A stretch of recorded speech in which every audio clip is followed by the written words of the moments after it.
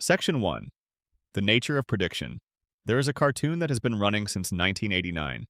36 seasons, nearly 800 episodes, decades of Sunday nights, one after another, stretching across what amounts to the entire adult life of anyone who started watching it as a child when it first aired.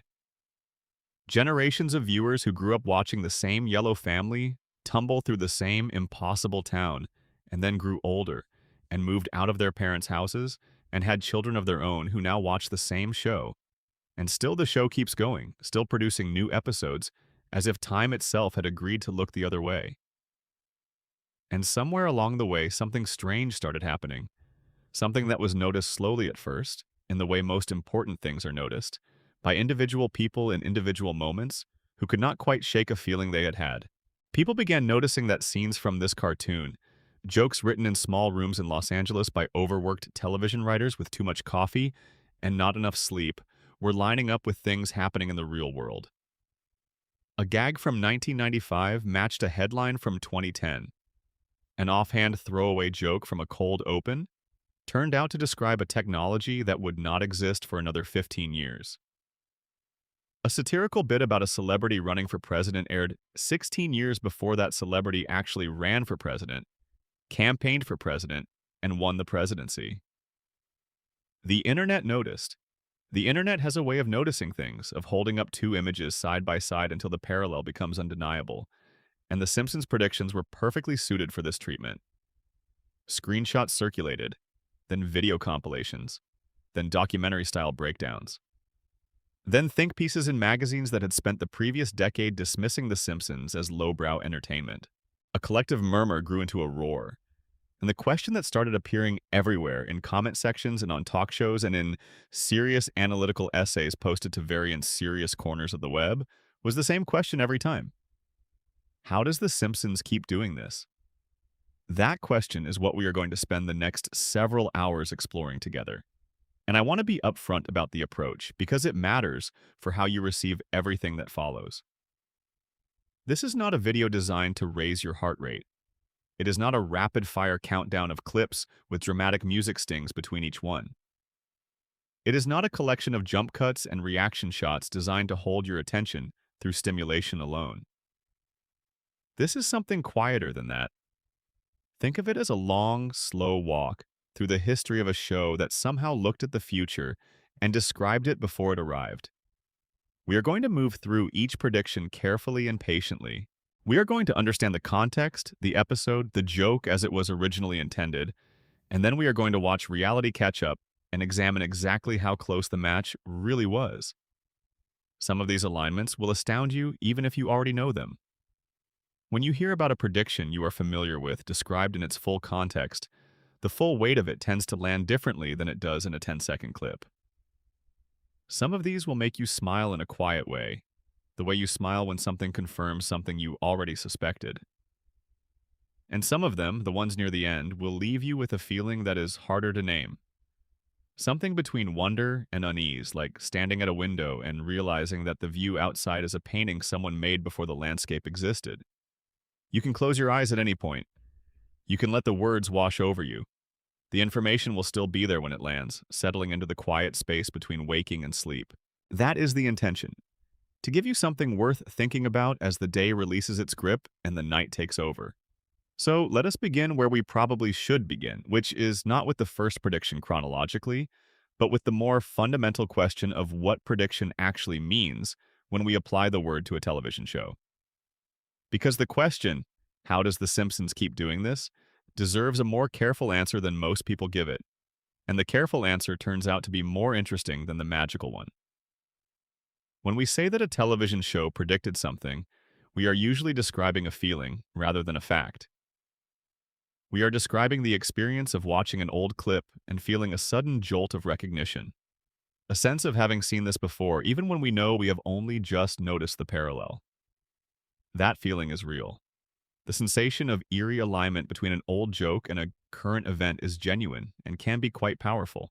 But the feeling and the mechanism behind it are two very different things, and understanding the mechanism makes the predictions more impressive, not less, because it replaces the vague appeal to the supernatural with something genuinely remarkable about how human intelligence, creativity, and attention can operate when they are pointed at the same problem over a long period of time. The Simpsons writing staff, particularly in its peak years running from roughly season 2 through season 12, was one of the most educated collections of people ever assembled in a television writer's room. This is not flattery constructed after the fact. This is documented historical fact verifiable in multiple sources. Writers on the staff held advanced degrees from institutions like Harvard, Yale, Princeton, and MIT. There were people who had studied mathematics at a graduate level. There were people with backgrounds in physics, in computer science, in political theory, in history. The density of academic credentials in that room was extraordinary by the standards of any creative workplace, let alone a comedy writing room. These were not generalists who had picked up interesting hobby knowledge. These were specialists, people who had spent years studying specific domains in depth, who had developed detailed working models of how specific systems operated, and who happened to also be genuinely, reliably funny. That combination of deep analytical knowledge plus comedic talent plus genuine creative ambition is rare enough that it might constitute a form of achievement that does not have a clean name. What these people did, week after week, season after season, was look at the world with the kind of precision that comes from having studied it seriously and then draw the trajectories of what they observed forward. They identified trends before those trends became obvious to the broader public. They saw the shape of things while the shape was still forming. They understood the gap between official narratives and underlying realities in domains ranging from corporate America to government, to media, to science, to popular culture. A satirist's fundamental job is noticing. Seeing what is actually happening rather than what the relevant parties are claiming is happening, and then exaggerating the reality just far enough that the exaggeration becomes funny. The best satirists are not making things up. They are making real things visible by placing them in a context that strips away the protective layer of normalcy and forces an honest encounter with what is underneath. The Simpsons, at its best, was the sharpest instrument of American satire that television has ever produced. Sharp instruments leave marks on the surfaces they encounter. The marks the show left on American culture, the predictions that people cite and share and build arguments around, are simply the most visible evidence of how deeply the instrument cut. But there is another layer to this, something that the purely mechanical explanation of talented writers reading trends does not fully account for. The show has been on the air for 36 years. In that time, it has produced an almost incomprehensible volume of satirical content. Thousands of jokes, thousands of scenarios, thousands of fictional news headlines and made-up technologies and invented political outcomes. If you were to estimate the total number of distinct satirical observations the show has made across its run, you would arrive at a number in the tens of thousands. And if you have a large enough sample, some of that sample will turn out to be accurate through statistical inevitability alone, regardless of the quality of the prediction making. A show that makes 10,000 observations will get some of them right, even if it is choosing entirely at random. The base rate of expected coincidence is already elevated by the volume of content, and then elevated again by the quality of the observation making. By the time you filter that combination through 36 years of reality, you end up with a highlight reel that looks supernatural. But the highlight reel is a construction, a selection from a much larger universe of predictions. And the selection mechanism, which is that humans remember hits and forget misses with remarkable consistency, does a great deal of work in making the reel look like prophecy rather than pattern recognition. Al Jolson, the show's longtime executive producer, has made this argument directly and honestly. Throw enough darts, some of them will hit the bullseye. He is right. The statistical reality is a real and important part of the explanation. And it is the right starting point for anyone trying to think about the predictions clearly rather than emotionally. But the starting point is not the whole story. There is also a third layer that is the most interesting to sit with in the quiet. And this is the layer that takes you from admiring the show to understanding something deeper about what it was doing across all those decades. The Simpsons shaped the cultural imagination of an entire country, not just reflected it, shaped it. This is a meaningful distinction when a show depicts a thing and that depiction reaches tens of millions of people over decades. The depiction becomes part of how people think about the category of thing being depicted. The image enters the cultural bloodstream. It circulates. It becomes a reference point. It makes certain futures feel familiar before they arrive. And when those futures arrive, the recognition people feel is not purely about prediction. It is about having been imaginatively prepared for an outcome that the show had already made thinkable. We will return to this idea at the end of everything. For now, hold it lightly. Keep it in the back of your mind as we move through the predictions themselves, because it changes how you think about each one. Because the predictions are remarkable. Even knowing all the mechanical explanations, even understanding the statistics and the talented writers, and the sheer volume of content and the confirmation bias and the cultural influence, the specific predictions we are about to walk through are remarkable. The details are too precise on too many occasions. The alignments are too exact in too many cases.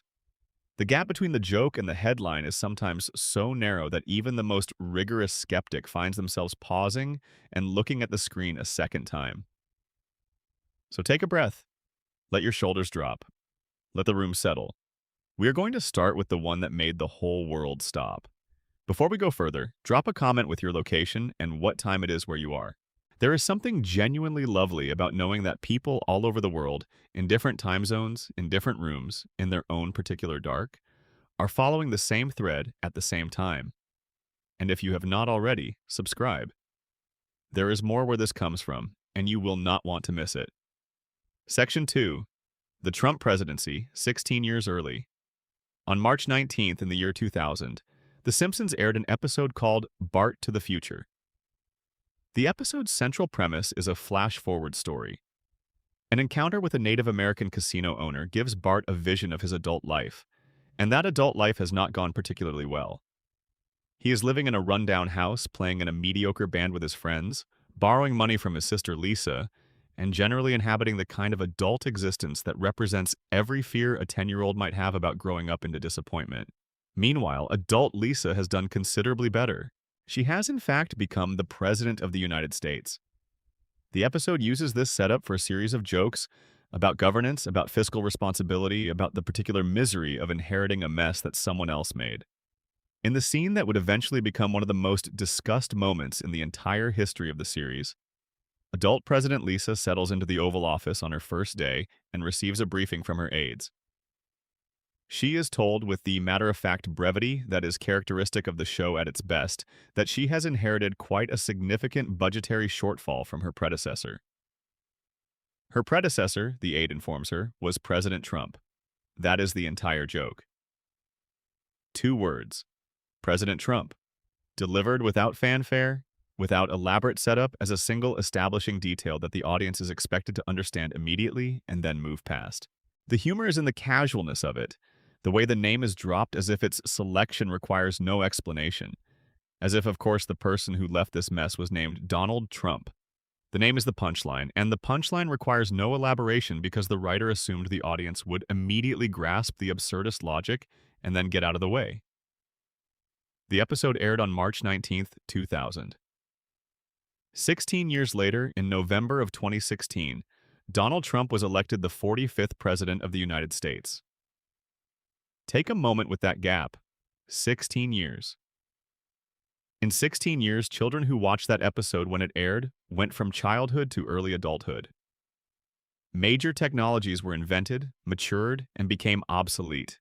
The entire landscape of American politics was reshaped multiple times, and a 2-word joke made as a throwaway gag about fiscal incompetence and celebrity absurdism turned out to be an accurate description of a real election outcome that none of the actual pollsters, none of the sophisticated forecasting models, none of the serious political analysts had confidently predicted, even in the weeks immediately before it happened. The internet's response in November of 2016, when people connected the dots back to this episode, was something that fell somewhere between amazement and genuine unease. The screenshot spread within hours of the election result being called. People who had not thought about The Simpsons in years were suddenly sharing clips of this scene. News outlets covered it, political commentators referenced it. And the questions circulated everywhere, in every language and on every platform. in the specific tone of a society trying to process something it had not been prepared for. The writer of the episode, Dan Greeny, gave interviews in the aftermath of Trump's election. His explanation was considered and honest. He said the writing staff had been observing the trajectory of American celebrity culture for years and had concluded that a Trump presidency represented what he called the logical end of a road America seemed to already be traveling. He was not pulling the name from nowhere. Donald Trump had been publicly flirting with the idea of a presidential run since at least 1987, when he took out full-page newspaper advertisements outlining his foreign policy views. He had made noise about running in 1988 and again at various points through the 1990s. He had appeared on the covers of business magazines as the embodiment of a particular American archetype, the brash, self-promoting billionaire whose confidence in his own judgment outpaced any conventional standard of verification. For a writing staff paying careful attention to where American celebrity culture and political culture were converging, the idea of a Trump presidency was not a leap of imagination. It was the projection of already visible tendencies toward their logical destination.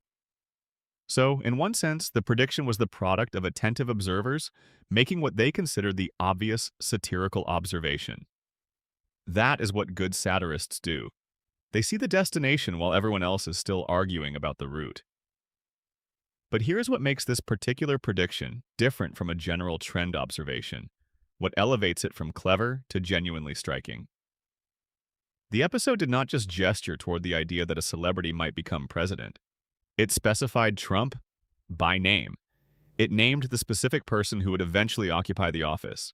And it framed the outcome not as a triumph, but as a cautionary tale. A joke about how a country could make a choice so dramatically wrong that its consequences would still be felt by the next administration. And then there is the visual element. When Trump actually announced his 2016 presidential candidacy in June of 2015, he descended from upper floors of Trump Tower via escalator to reach the atrium where he addressed supporters. The image of Trump descending the escalator became one of the defining visual moments of the campaign. People who went back to the 2000 episode after watching this scene noticed that it rhymed. Not perfectly. The details are not identical. But there was a visual echo between the fictional moment and the real one, the golden aesthetic, the descent, the crowd, enough of an echo that it added another layer to an already substantial accumulation of coincidence. The Trump prediction became, after 2016, the anchor of the entire Simpsons prediction genre. Once the internet connected those dots, people started going back through 30 years of episodes looking for more. And they found more. They found enough to sustain an entire category of content that continues to grow every year. The Trump episode opened a door, and through that door came everything else we are going to discuss tonight. But it is worth pausing here before moving through the rest of the predictions to think about what the Trump prediction actually means if you take it seriously on its own terms. The show depicted a Trump presidency in 2000 as a joke. The joke's logic was, this outcome would be absurd enough to represent the endpoint of a road America is already traveling. That framing, the presidency as the destination of a journey already underway, was not neutral. It was a critique. The episode used the Trump presidency not as a prediction to be admired, but as a warning to be considered. A satirical flag planted at the end of a particular cultural path to say, this is where you are going, and you should think about whether you want to go there. The warning was not heeded. The path was traveled. And there is something in that fact that is darker than any simple sense of predictive triumph. The show did not want to be right about this one. The writers were making an argument about American culture and hoping the argument would be falsified by subsequent events. It was not. And that non-falsification is something worth sitting with. The episode ends with Lisa rolling up her sleeves and getting to work on the mess she inherited. She is pragmatic and determined and carrying the specific exhaustion of someone who has to deal with consequences they had no part in creating. That ending has aged in ways the writers probably did not fully anticipate. Whether it constitutes a second prediction embedded in the first is something each viewer has to decide for themselves. The show put the image there. What to make of it is a personal matter. What is not personal, what is simply documented and verifiable, is that a cartoon made a joke in 2000 that turned out to describe reality in 2016. The gap was 16 years. The specificity was remarkable. The mechanism was talented observers reading the trajectory of a culture they understood with unusual depth. And being right about this particular thing, in this particular way, says something worth thinking about long after the initial shock of the alignment has faded. Section 3. Technology before its time. Let us travel back to 1995 for a moment. The 1995 of actual daily experience rather than the 1995 of nostalgia. The 1995 in which most people who were online at all were navigating the internet through dial-up connections that announced themselves into domestic quiet with a sequence of electronic sounds. The 1995 in which email was considered advanced communication technology. The 1995 in which the dominant portable communications device was a pager, a device that could receive a phone number displayed on a tiny screen, which the recipient would then need to find a payphone to respond to. The gap between that 1995 and the present is not just temporal, it is civilizational. The technology that governs daily life now, the smartphones and streaming services and voice assistants, and location tracking and instant translation and video calls to any point on Earth at zero marginal cost, none of it existed in any form recognizable to a 1995 user. It was coming, in the sense that the underlying technological trends pointed toward it, but the destination was not yet visible to most people standing in the landscape of that year.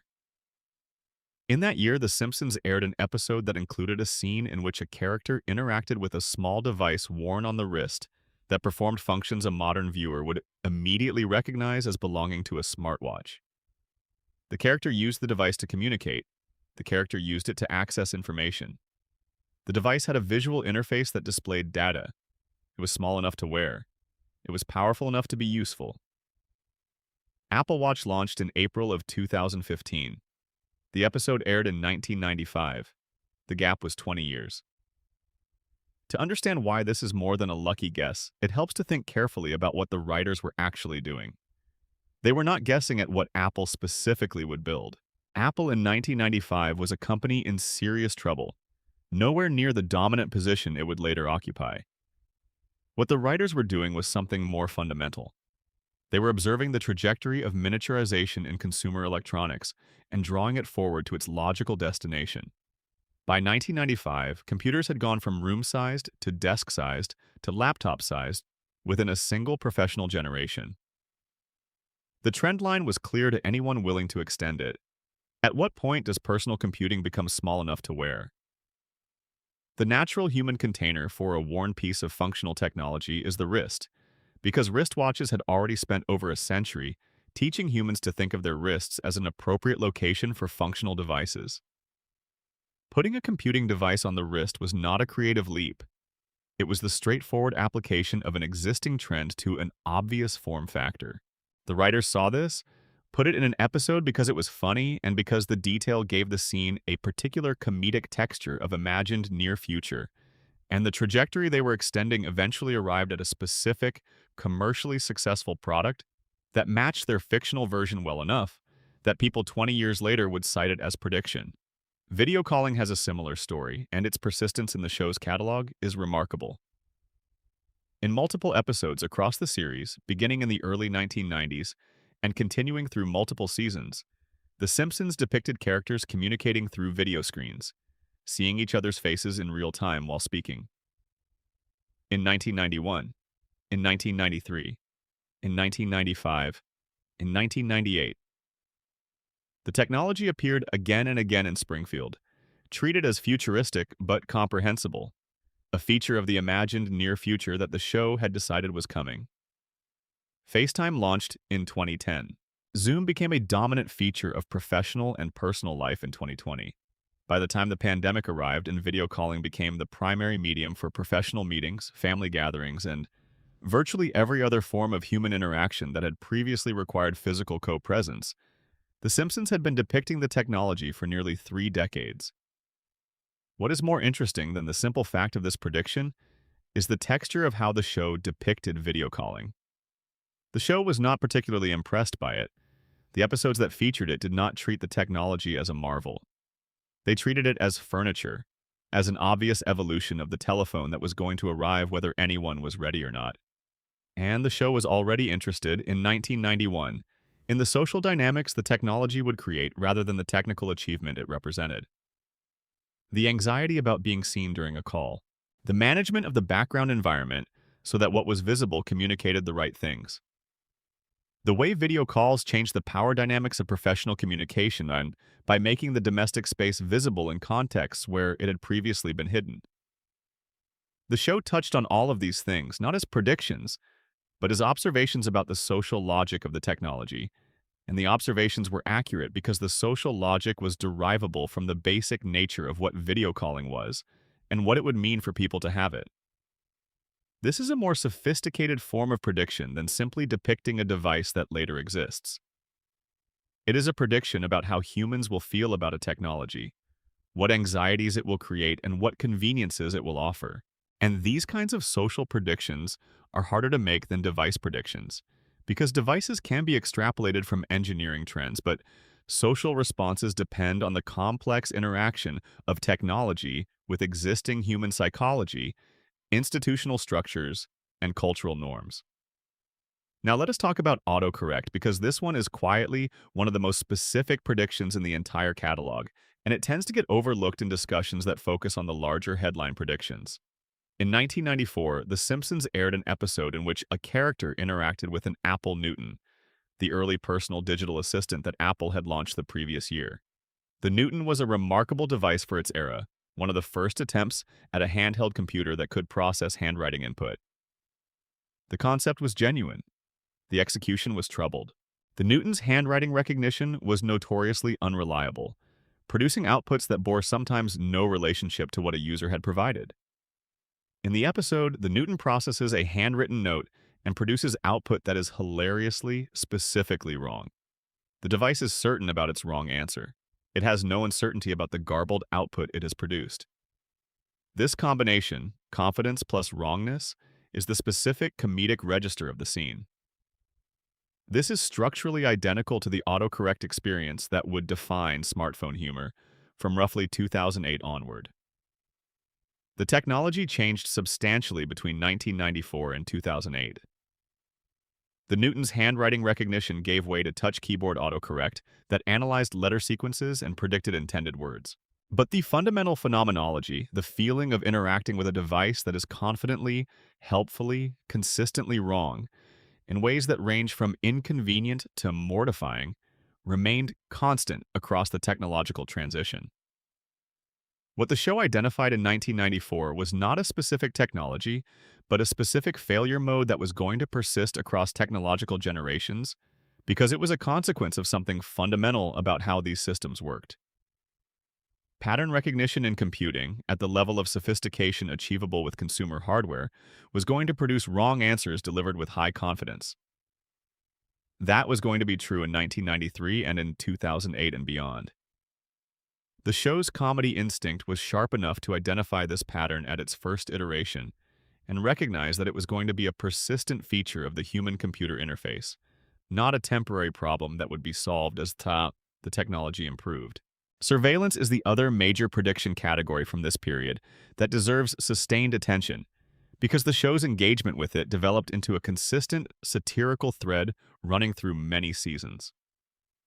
In multiple episodes across the late 1990s and early 2000s, The Simpsons depicted scenarios in which cameras were everywhere in public space, in which corporations and government agencies had detailed access to information about people's movements and habits, in which the boundaries between public and private life had been eroded to the point where the distinction was functionally meaningless for anyone who used modern services. These depictions were played for comedy, but the comedy had a specific undertone of alarm. The show was treating surveillance as a condition that characters found unsettling even as they were unable to escape it, a feature of modern life that was arriving whether anyone wanted it or not. When Edward Snowden's revelations about the scale and scope of NSA surveillance programs made global news in 2013, the public response involved a significant amount of genuine shock. Many people who had been nominally aware of data collection had not grasped the full extent of governmental surveillance programs, the depth of cooperation between intelligence agencies and private technology companies, the comprehensive nature of the systems that had been built and deployed over the preceding decade. For people who had been watching The Simpsons for 20 years, the territory was already somewhat familiar. Not in the specific technical details, but in the general shape of the thing. The idea that observation was the default condition of modern life, that institutional surveillance was pervasive and operating in ways the observed were not aware of, that the gap between what was publicly acknowledged, and what was actually happening was substantial. The show had been drawing that map for decades, and when the territory was finally revealed in its actual dimensions, the map turned out to be broadly accurate. There is one more technology prediction from this period worth specific attention because of how naturalistic it was. In a 1995 episode, the background of a scene includes what appears to be a self-service checkout station at a grocery store, a machine through which customers could scan and pay for their own items without a human cashier. The technology appears not as the focus of a joke, but as background detail, furniture in the landscape of the scene. Self-checkout machines became genuinely widespread across grocery retail through the 2000s. The technology went from fringe experiment to standard infrastructure in roughly 20 years, and the show placed it in the background of a 1995 scene as something that obviously belonged in the near-future landscape they were constructing. That background confidence, the casual certainty with which the show placed future technologies in its world as obvious furniture, is one of its most distinctive predictive qualities. The show did not treat the futures it imagined as marvels. It treated them as logical next steps that would eventually arrive without much fanfare. And that treatment turned out to be accurate. Section 4, the pandemic episode. Let us slow down for this one. Let us take more time here than we have taken anywhere else, because this is the prediction that hit the hardest for the most people at the moment it hit. And it deserves attention proportional to its weight. In 1993, The Simpsons aired an episode called Marge in Chains. The premise is simple enough by Simpson standards. A flu virus originating in Japan spreads rapidly to Springfield through a package delivery. The town becomes ill in large numbers, the healthcare system is strained to capacity, and the community descends into the particular mixture of panic and dark comedy that the show always found rich territory. There is desperate searching for treatment, there is hoarding, there is the specific irrationality that fear produces in otherwise reasonable people when they are frightened and uncertain, and the authorities they trust are not giving them information that satisfies their need for certainty. It is, on its surface, a standard episode. Funny in places, dark in places, moving at the pace of organized chaos that the show maintained in its best years. Nothing about it, watching it in 1993, would have seemed remarkable as a statement about where the world was heading. And somewhere in the middle of the episode's escalating disaster arc, in a moment that reads now as almost too specific to be coincidental, the panicked townspeople break open a shipping container they had hoped would contain a desperately needed supply of medicine. The container does not contain medicine. It contains bees. A very large number of bees which immediately escape into the Springfield environment and begin doing what bees do when their situation is disrupted. The episode aired in 1993. 27 years later, in the spring of 2020, a respiratory virus originating in Asia spread across the globe with a speed and severity that overwhelmed healthcare systems on multiple continents, generated unprecedented waves of panic buying, inspired frantic searches for treatments and preventive measures that were not yet proven, and produced a social atmosphere characterized by the particular mixture of fear and dark humor that tends to emerge when collective danger is real, but the scale of it exceeds comprehension. And in the early weeks of that pandemic, sightings began to be reported in the Pacific Northwest of the United States of Vespa mandarinia, a species of large hornet originating in Asia. The media settled on the nickname Murder Hornets, and the story propagated through the information ecosystem with the speed characteristic of information in moments of collective anxiety. People who were watching old Simpsons episodes at home found the 1993 clip. The bees. The flu from Asia. Both in the same episode. In 1993. They shared the clip, and it spread faster than previous Simpsons prediction clips had spread because the cultural moment was primed for exactly this kind of thing. A moment when the absurdist logic of a cartoon seemed more continuous with reality than it had any right to be. To understand this prediction properly, it is worth separating its two components, because they work differently and they come from different places. The pandemic component is the product of genuine epidemiological knowledge combined with the show's satirical sensibility. The writers in 1993 were aware, through consuming serious journalism and scientific reporting, that influenza viruses regularly emerged from animal reservoirs in East Asia, particularly in densely populated agricultural regions where humans lived in close proximity to livestock. This phenomenon was not a secret. It was a recognized and documented risk that had been the subject of scientific research and public health concern for decades. The 1918 influenza pandemic, the most deadly infectious disease event in recorded history, had originated under conditions similar to those that produced recurring novel flu strains. And the possibility of a comparable pandemic had been discussed in scientific and public health circles consistently in the decades since. What The Simpsons did was take this known, documented, publicly accessible risk category and use it as the premise for a comedy episode about how a community responds when a public health crisis arrives. These are the questions the episode was actually exploring, using the virus as a vehicle. How do communities fragment under collective threat? How does the gap between official reassurance and observable reality affect public trust? How does fear amplify existing social tensions? How do people who behave reasonably in normal circumstances behave when they are frightened and uninformed? And these questions were answered, in 2020, with remarkable fidelity to the fictional version the show had constructed in 1993. The bees require a different explanation. In the early 1990s, there was substantial media coverage of Africanized honeybees, a hybrid species that had been spreading northward through the Americas and beginning to appear in the southern United States, generating significant attention and some genuine public concern. The coverage often characterized them as dangerous and aggressive, and the cultural shorthand of killer bees as a category of threatening collective presence had entered the popular imagination. The writers of Margin Chains drew on this cultural moment when they needed a second-layer disaster to compound the flu crisis.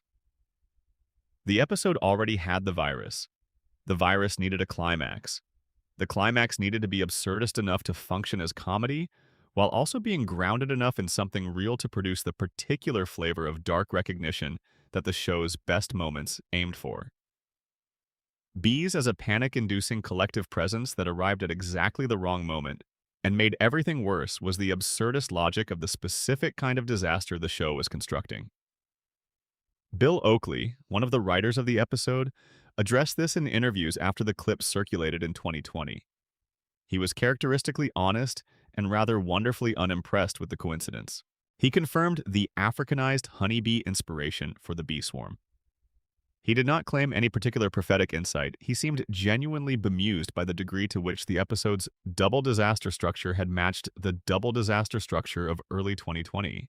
Here's what the honest mechanical explanation does not quite account for, and it is worth dwelling on because the honest explanation is not wrong. It is just incomplete. The writers were working with elements that were real in 1993. The flu from Asia scenario drew on real epidemiology. The bee swarm drew on real news coverage of a real invasive species. The social dynamics drew on real observations about community behavior under stress. Every component of the episode had a real-world referent, and then reality, 27 years later, performed the episode. Not perfectly, not with identical details, but with enough structural correspondence that the experience of watching the old clip in 2020 carried a feeling that is very hard to describe without sounding either mystical or overwrought. The feeling was something like recognizing a language you had not known you spoke. What does that mean? It means the writers were not just observing discrete facts. They were identifying the grammar of a certain kind of collective experience. A public health crisis originating in Asia, arriving in a climate of existing social tension, generating panic buying and information chaos, compounded by a secondary biological threat that amplifies the mood of collective vulnerability. This is a grammar. It is a recognizable structure that certain kinds of events follow. It has followed this structure before 1993, and the writers were writing from an understanding of that structure. And the grammar produced the same sentence again in 2020. Different words. Same structure. Different specific events. Same experiential shape. The Margin Chains episode became one of the most watched old Simpsons episodes in the spring of 2020. Its clip was shared more times than almost any other in the show's history. People watched it alone in their apartments during lockdown and felt something they found difficult to articulate. Some of them laughed. Some of them felt the particular discomfort that comes from the overlap between comedy and catastrophe. Some of them sent it to everyone they knew with no comment at all, as if the clip spoke for itself in a language that needed no translation. That response, that particular mixture of reactions, is itself a kind of evidence. Not of prophecy, but of something real having been identified in 1993, something whose shape was accurate enough that when the real version arrived, people recognized it immediately. Section 5. The Disney-Fox merger. In 1998, The Simpsons aired an episode that included a scene which, 21 years later, would become one of the most cited exhibits in the case for the show's predictive abilities. The episode is titled, "When You Dish Upon a Star," and its central plot involves Homer stumbling into the closely guarded private lives of two famous celebrities. The celebrity storyline is the engine of the episode, but it is not where the prediction lives. The prediction is in the background. It is a sign on a building, visible for perhaps 3 seconds during a driving sequence. The sign reads, 20th Century Fox. Beneath that, in smaller letters, a division of Walt Disney Company. That is the entire prediction. A sign on a fictional building in a cartoon. 3 seconds of screen time. The product of someone in the writer's room deciding that the joke of a Disney acquisition of Fox was self-evidently funny enough to place as a background detail without needing to be set up or explained. The joke was trusted to land on its own if viewers caught it, and to function as background texture if they did not. In March of 2019, the Walt Disney Company completed its acquisition of 21st Century Fox's entertainment assets in a transaction valued at approximately $71 billion. The deal was one of the largest media acquisitions in history. It gave Disney ownership of the 20th Century Fox film and television library, the FX cable networks, the National Geographic properties, and a substantial portion of Hulu, among many other assets. The Simpsons was part of the acquired assets. The show that had made the joke in 1998 about being a Disney division became, in 2019, an actual Disney property. The satirist became the subject of its own satire. The internet found this extraordinary, and understandably so. The recursive quality of it, a show predicting its own corporate fate while imagining that fate as a punchline, has a completeness that most predictions lack. Most predictions are about something external to the show, some event in the wider world that the show depicted and that then happened. But this prediction was about the show itself, about the specific institutional reality within which the show would eventually exist. Getting it right about yourself in a medium you are embedded in is different from getting it right about something external. The explanation for this prediction follows the same general pattern as most of the others. By 1998, media consolidation had been proceeding as an observable trend for more than a decade. The logic of scale in entertainment and information industries, the way distributional efficiency and intellectual property accumulation create natural incentives for ever larger organizations to acquire ever more content, and the systems for delivering it, was already clearly visible. Large companies were getting larger. The direction of travel was consolidation. Disney specifically was already operating as an aggressive acquirer. It had purchased Miramax in 1993. It had purchased ABC and the ESPN network through its acquisition of Capital Cities in 1995, one of the largest media deals in history at the time. The pattern of a company that had started as an animation studio transforming itself into a diversified entertainment conglomerate through strategic acquisition was well established by 1998. Fox was one of the largest entertainment assets in the world in 1998, sitting in the path of a company that had demonstrated both the appetite and the financial capacity for major acquisitions. The writers looked at these two companies, understood the trajectory of consolidation, and made the obvious satirical observation: of course, Disney will eventually buy Fox. The only question is when. But here is the layer of this prediction that the simple trend extrapolation explanation does not fully account for. The show did not just predict that Disney would acquire Fox. The sign says a division of Walt Disney Company. Not a partnership, not an alliance, not a joint venture in which Fox maintained its independent brand identity. A division. meaning absorbed, subordinated, integrated into the larger entity as a component rather than maintained as an independent brand. The writers understood that when Disney acquires things, it tends to absorb them comprehensively, to remake them in its own image, to replace the acquired entity's identity with a Disney-affiliated identity, rather than allowing the pre-existing brand to persist on its own terms. This understanding was grounded in Disney's documented history of acquisition behavior. Companies that Disney bought tended to become Disney properties in a fairly complete sense, with the parent brand eventually becoming dominant over the acquired brand. The specific nature of the absorption, the degree to which the Fox brand has been retained or subsumed, has been more complicated in reality than the sign in the 1998 episode suggested.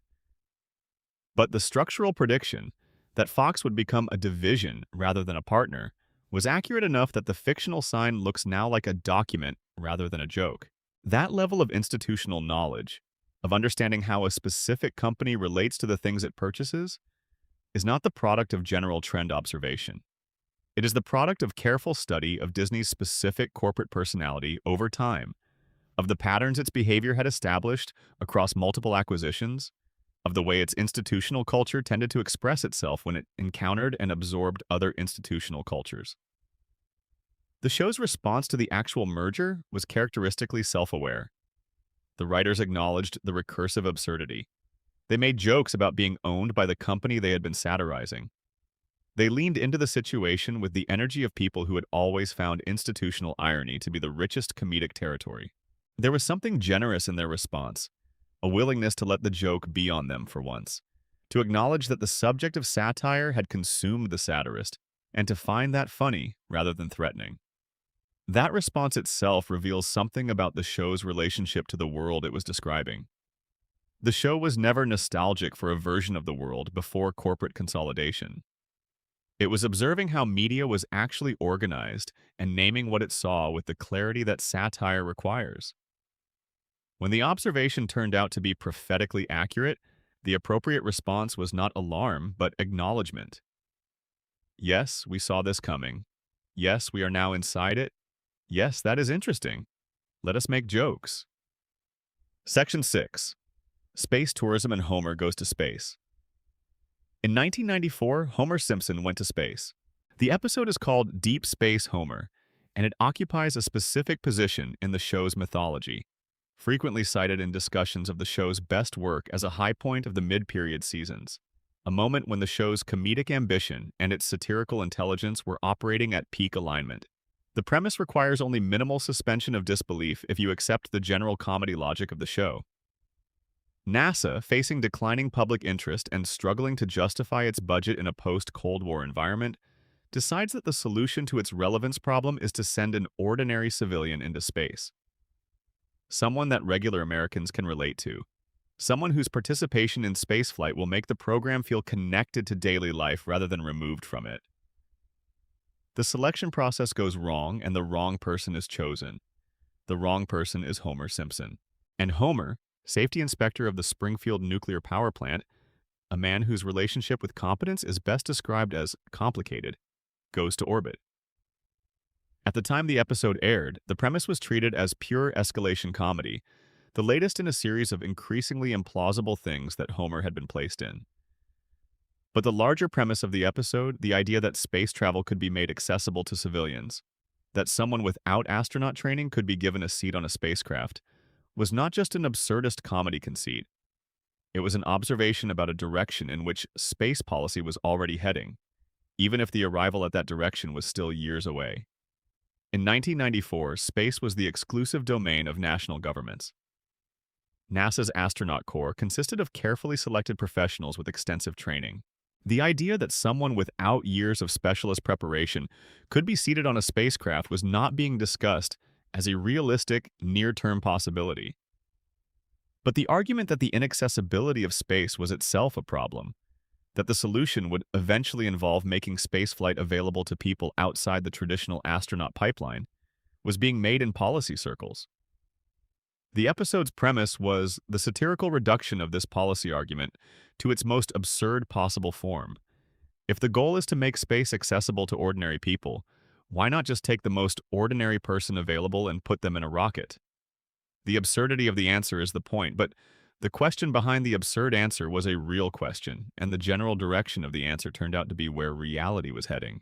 Dennis Tito became the first paying space tourist in April of 2001, flying to the International Space Station on a Russian Soyuz spacecraft at a reported cost of approximately $20 million. He was a wealthy American businessman without professional aerospace credentials. He purchased access to an experience that had previously been exclusive to government employees with extraordinary training, and the mission was considered successful. Then, in the early 2020s, the commercial spaceflight industry that had been developing since the early 2000s reached a point where it could offer space access to people who were wealthy, but not astronomically so. Richard Branson flew to the edge of space on a Virgin Galactic vehicle in July of 2021. Jeff Bezos flew on a Blue Origin vehicle 9 days later. SpaceX flew a crew of 4 civilians, none of them career astronauts, on a 3-day orbital mission called Inspiration 4 in September of 2021. The gap between the 1994 episode and the first space tourist was 7 years. The gap between the 1994 episode and the mature commercial human spaceflight industry was about 27 years. But the prediction's most interesting layer is not the simple fact of civilian spaceflight. It is the specific framing of the NASA motivation in the episode, which turned out to be remarkably accurate, as a description of the institutional pressures that would drive the commercial spaceflight industry's development. In the episode, NASA sends Homer to space because the agency is worried about public engagement. Viewership of launches has fallen. Public interest is declining. The agency is concerned that, without renewed public investment of attention, the political support necessary for continued funding will erode. The solution is making the program relatable through ordinary participation. This precise institutional anxiety, the fear that space had become too remote and too expert-dominated to maintain the broad public enthusiasm that had characterized the Apollo era, was driving real policy conversations in the 1990s and 2000s. The rise of commercial spaceflight was partly driven by the argument that private sector involvement would create new connections between the space industry and the broader public.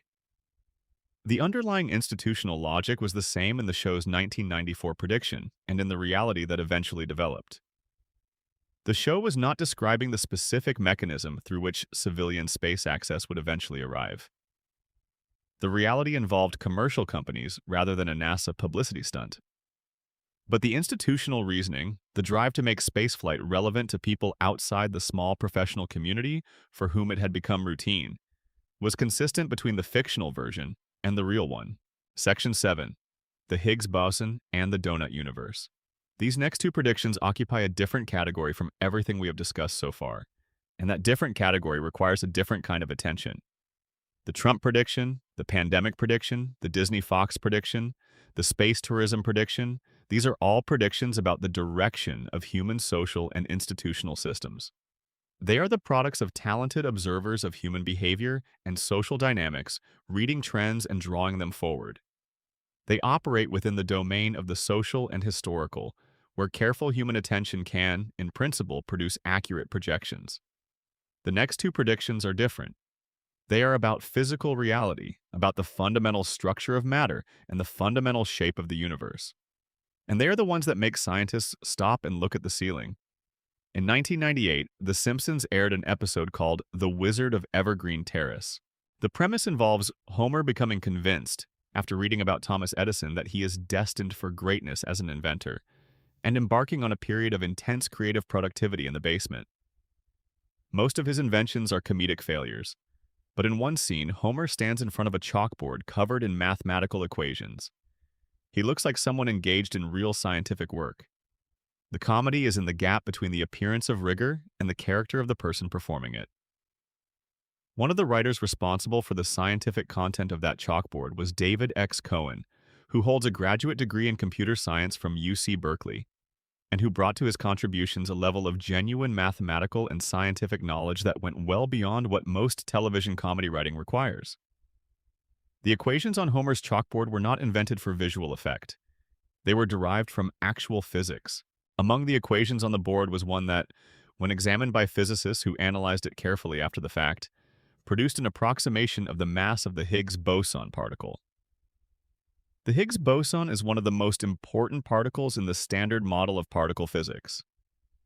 Its existence was theorized in 1964 by Peter Higgs and colleagues. The Higgs boson was understood to be the particle associated with the Higgs field, a quantum field that permeates all of space and through interaction with which other particles acquire mass. Without the Higgs boson, the Standard Model's explanation of why particles have mass would be incomplete. Finding the Higgs boson experimentally was one of the primary motivations for building the Large Hadron Collider at CERN, the 17-mile ring of superconducting magnets buried under the border between France and Switzerland, the largest and most powerful particle accelerator ever constructed. On July 4, 2012, scientists at CERN announced the observation of a new particle consistent with the Higgs boson. The mass of the observed particle was measured at approximately 125 giga-electron volts. The equation on Homer's chalkboard in the 1998 episode, when evaluated by physicists who noticed it and worked through the mathematics, yielded a value that was in the right neighborhood of this experimentally measured mass. Not precisely identical, the equation was not a rigorous derivation from first principles, and it was not intended to be. But the approximation was accurate enough, and the methodology sufficiently grounded in real physics, that several physicists who examined it publicly described it as genuinely impressive. Simon Singh, a physicist and science writer who has published several books on mathematics and physics for popular audiences, examined the equation and wrote about it at length.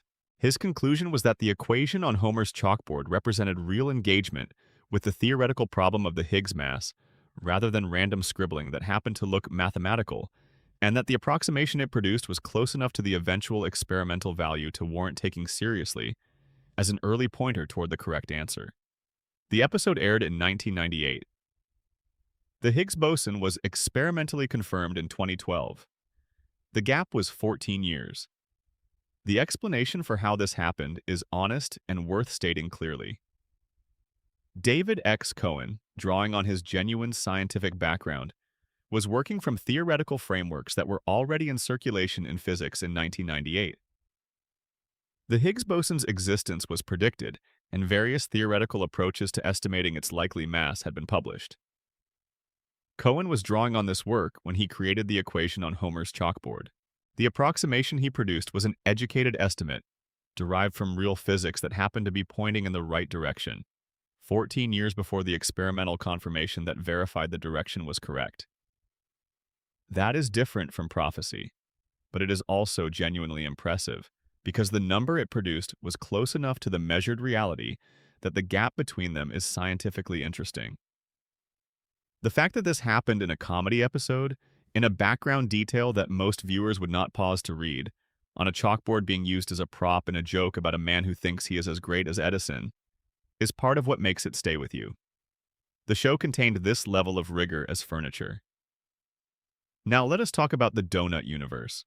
In a 1999 episode called Homer 3, a sequence sends Homer into a three-dimensional realm, and in the midst of various visual and comedic explorations of this premise, Homer presents what is described as his theory about the shape of the universe.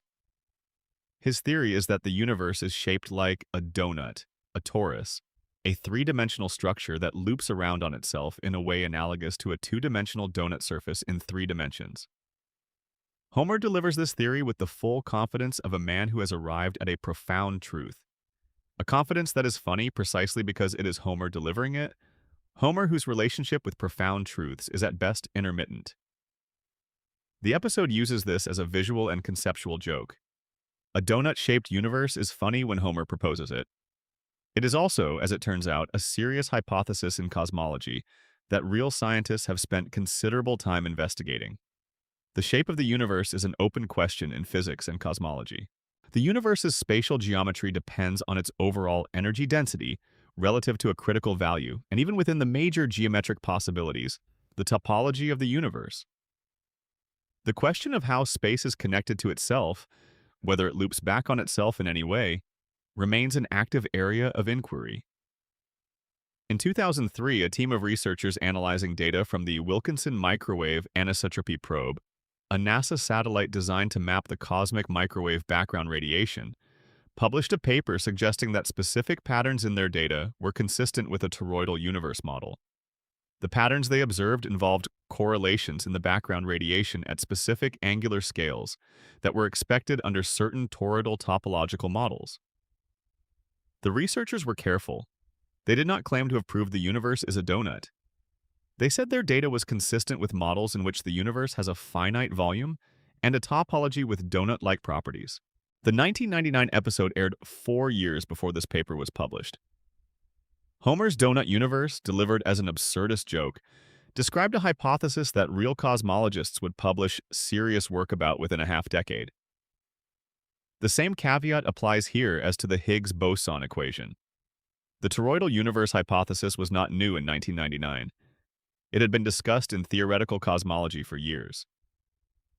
The writers with scientific backgrounds were aware of it and used it as material. The episode was drawing on real physics, not inventing it. But the image, the specific, enduring, delightful image of Homer Simpson proposing a donut-shaped universe and being sort of right. There is something about that image that captures the spirit of the show's relationship to prediction, more purely than perhaps any other single moment in the catalog. It captures the idea that profound truths can emerge from absurd contexts, that the joke and the insight can occupy the same space, that a man who eats too many donuts and works at a nuclear plant might, in the right moment, articulate something real about the cosmos. Section 8. Siegfried and Roy, the White Tiger. In 1993, the same year as the pandemic episode, The Simpsons aired a separate episode featuring a sequence that parodied the famous Las Vegas performance act of Siegfried and Roy. Siegfried Fischbacher and Roy Horn were German-American entertainers who had been performing together in Las Vegas since the 1970s, gradually building their act into one of the most spectacular and successful productions the city had ever hosted. By the early 1990s, their show at the Mirage Hotel was a cultural landmark, combining elaborate stage magic with performances featuring white tigers and white lions.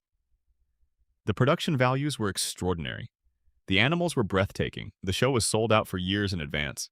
The episode's parody of this act followed the show's standard approach to celebrity and institutional parody, which was to identify the most fundamental thing about the subject and then build a joke on what that thing implied.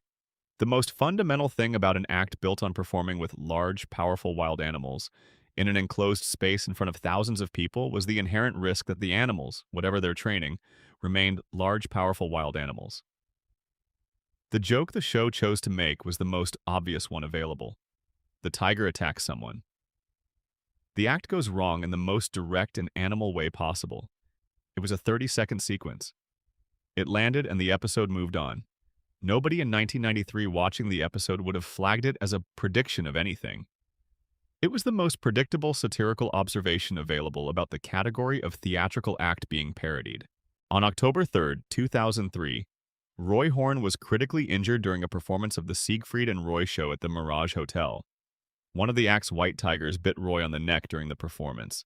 The bite was severe, penetrating to the carotid artery. The injury caused massive blood loss and a stroke.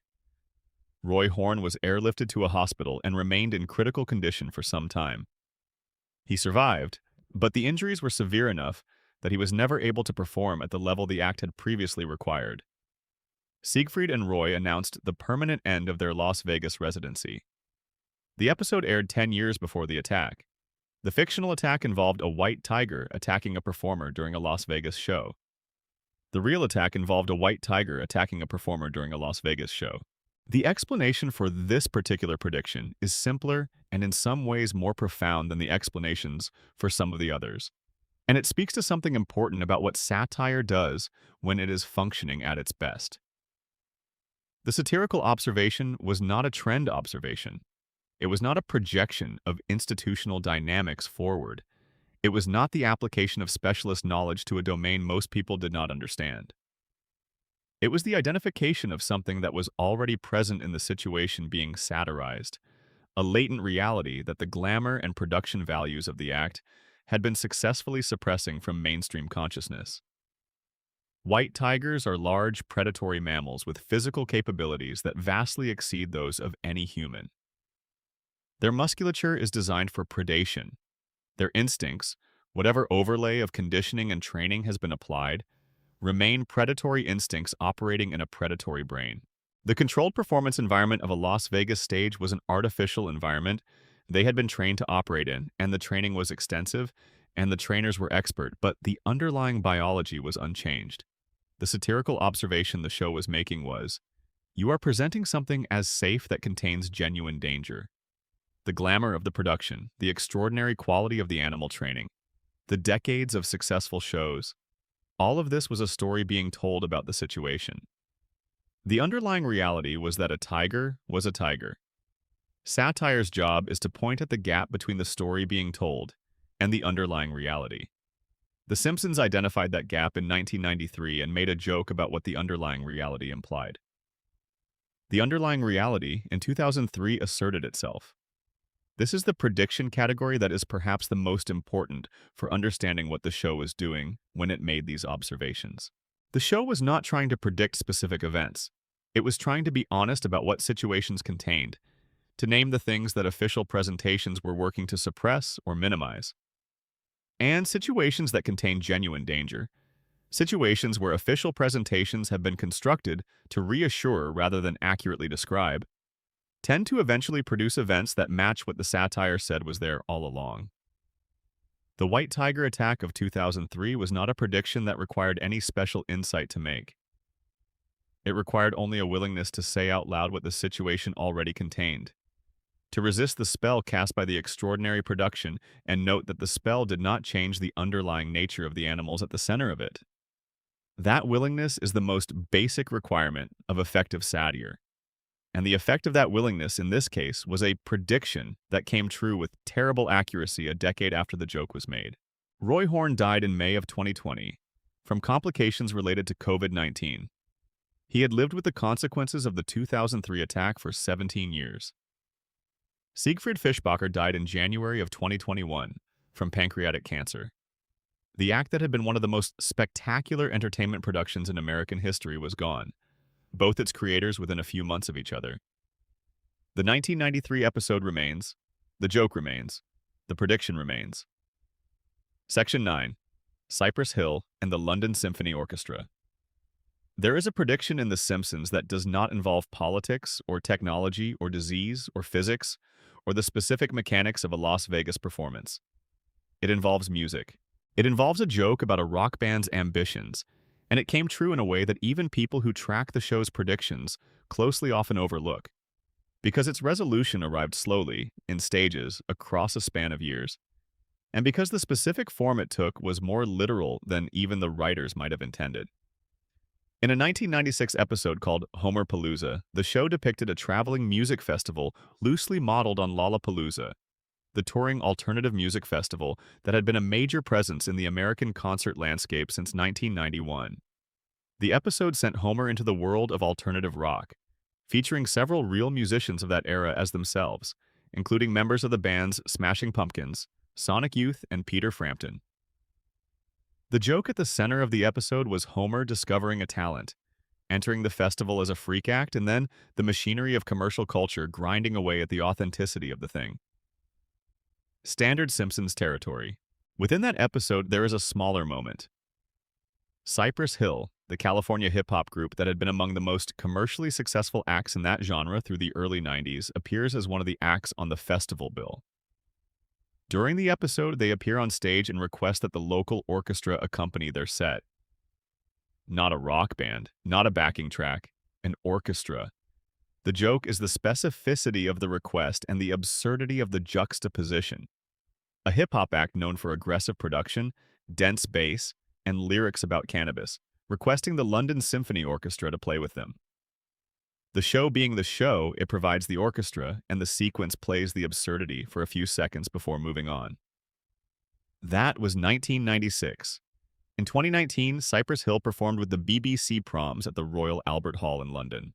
The BBC Proms is one of the most prestigious classical music events in the world, an annual season of orchestral concerts at the Royal Albert Hall that has been running since 1895, and that draws audiences in the hundreds of thousands across its run. It is not a rock festival. It is not a hip-hop festival. It is the BBC Proms. Cypress Hill performed with a full orchestra at the BBC Proms. They did not specifically perform with the London Symphony Orchestra. They performed with the BBC Concert Orchestra, which is a different but equally real and professional orchestral body. The location was the Royal Albert Hall in London, the spiritual center of British classical music and one of the most famous concert venues in the world. The performance was real. It was reviewed. It happened. The show wrote the joke as an absurdist request. Cypress Hill performing with an orchestra in London was the kind of thing that seemed like it would never happen, because it was too strange, too much the product of a kind of whimsy that doesn't usually survive contact with the logistics of actually arranging anything in the music industry. And then, 23 years later, it happened. Not as a stunt, not as an ironic wink at the Simpsons reference, though members of Cypress Hill were aware of the reference and happy to discuss it. It happened because someone thought it would sound good, and because Cypress Hill at that point in their career had the cultural standing and the openness to unusual collaboration that made the conversation possible. This prediction falls into a slightly different category from the others.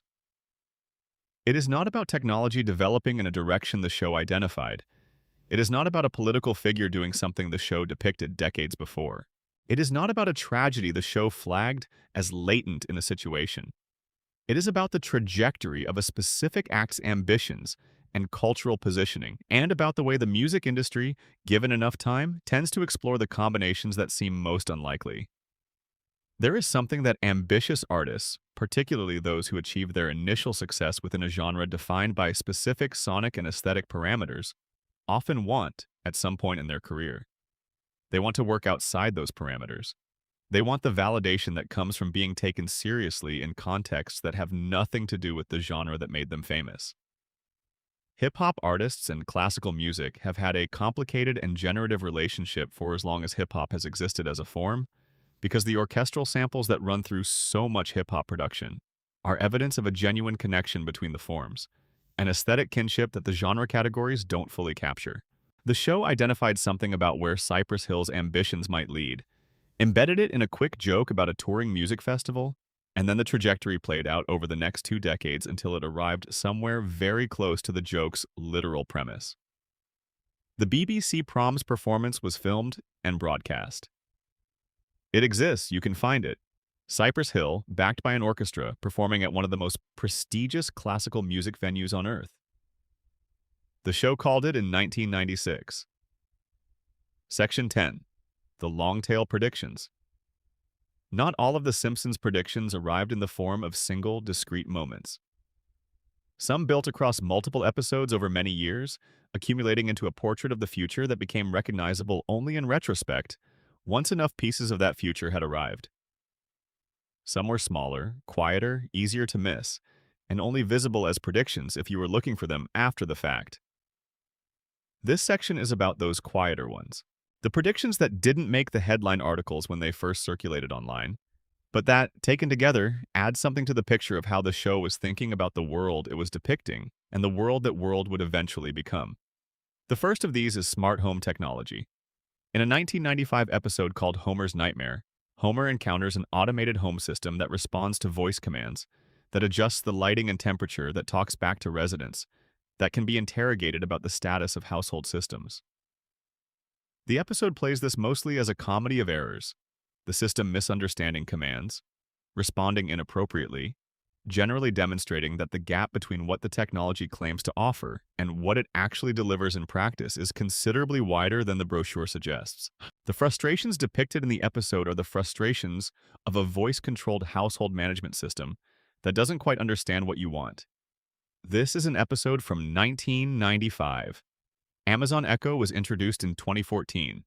The specific frustrations that became a cultural talking point about smart speakers, the misheard commands, the unintended activations, the moments where the system interprets what you said through a logic that makes internal sense but produces results you did not want.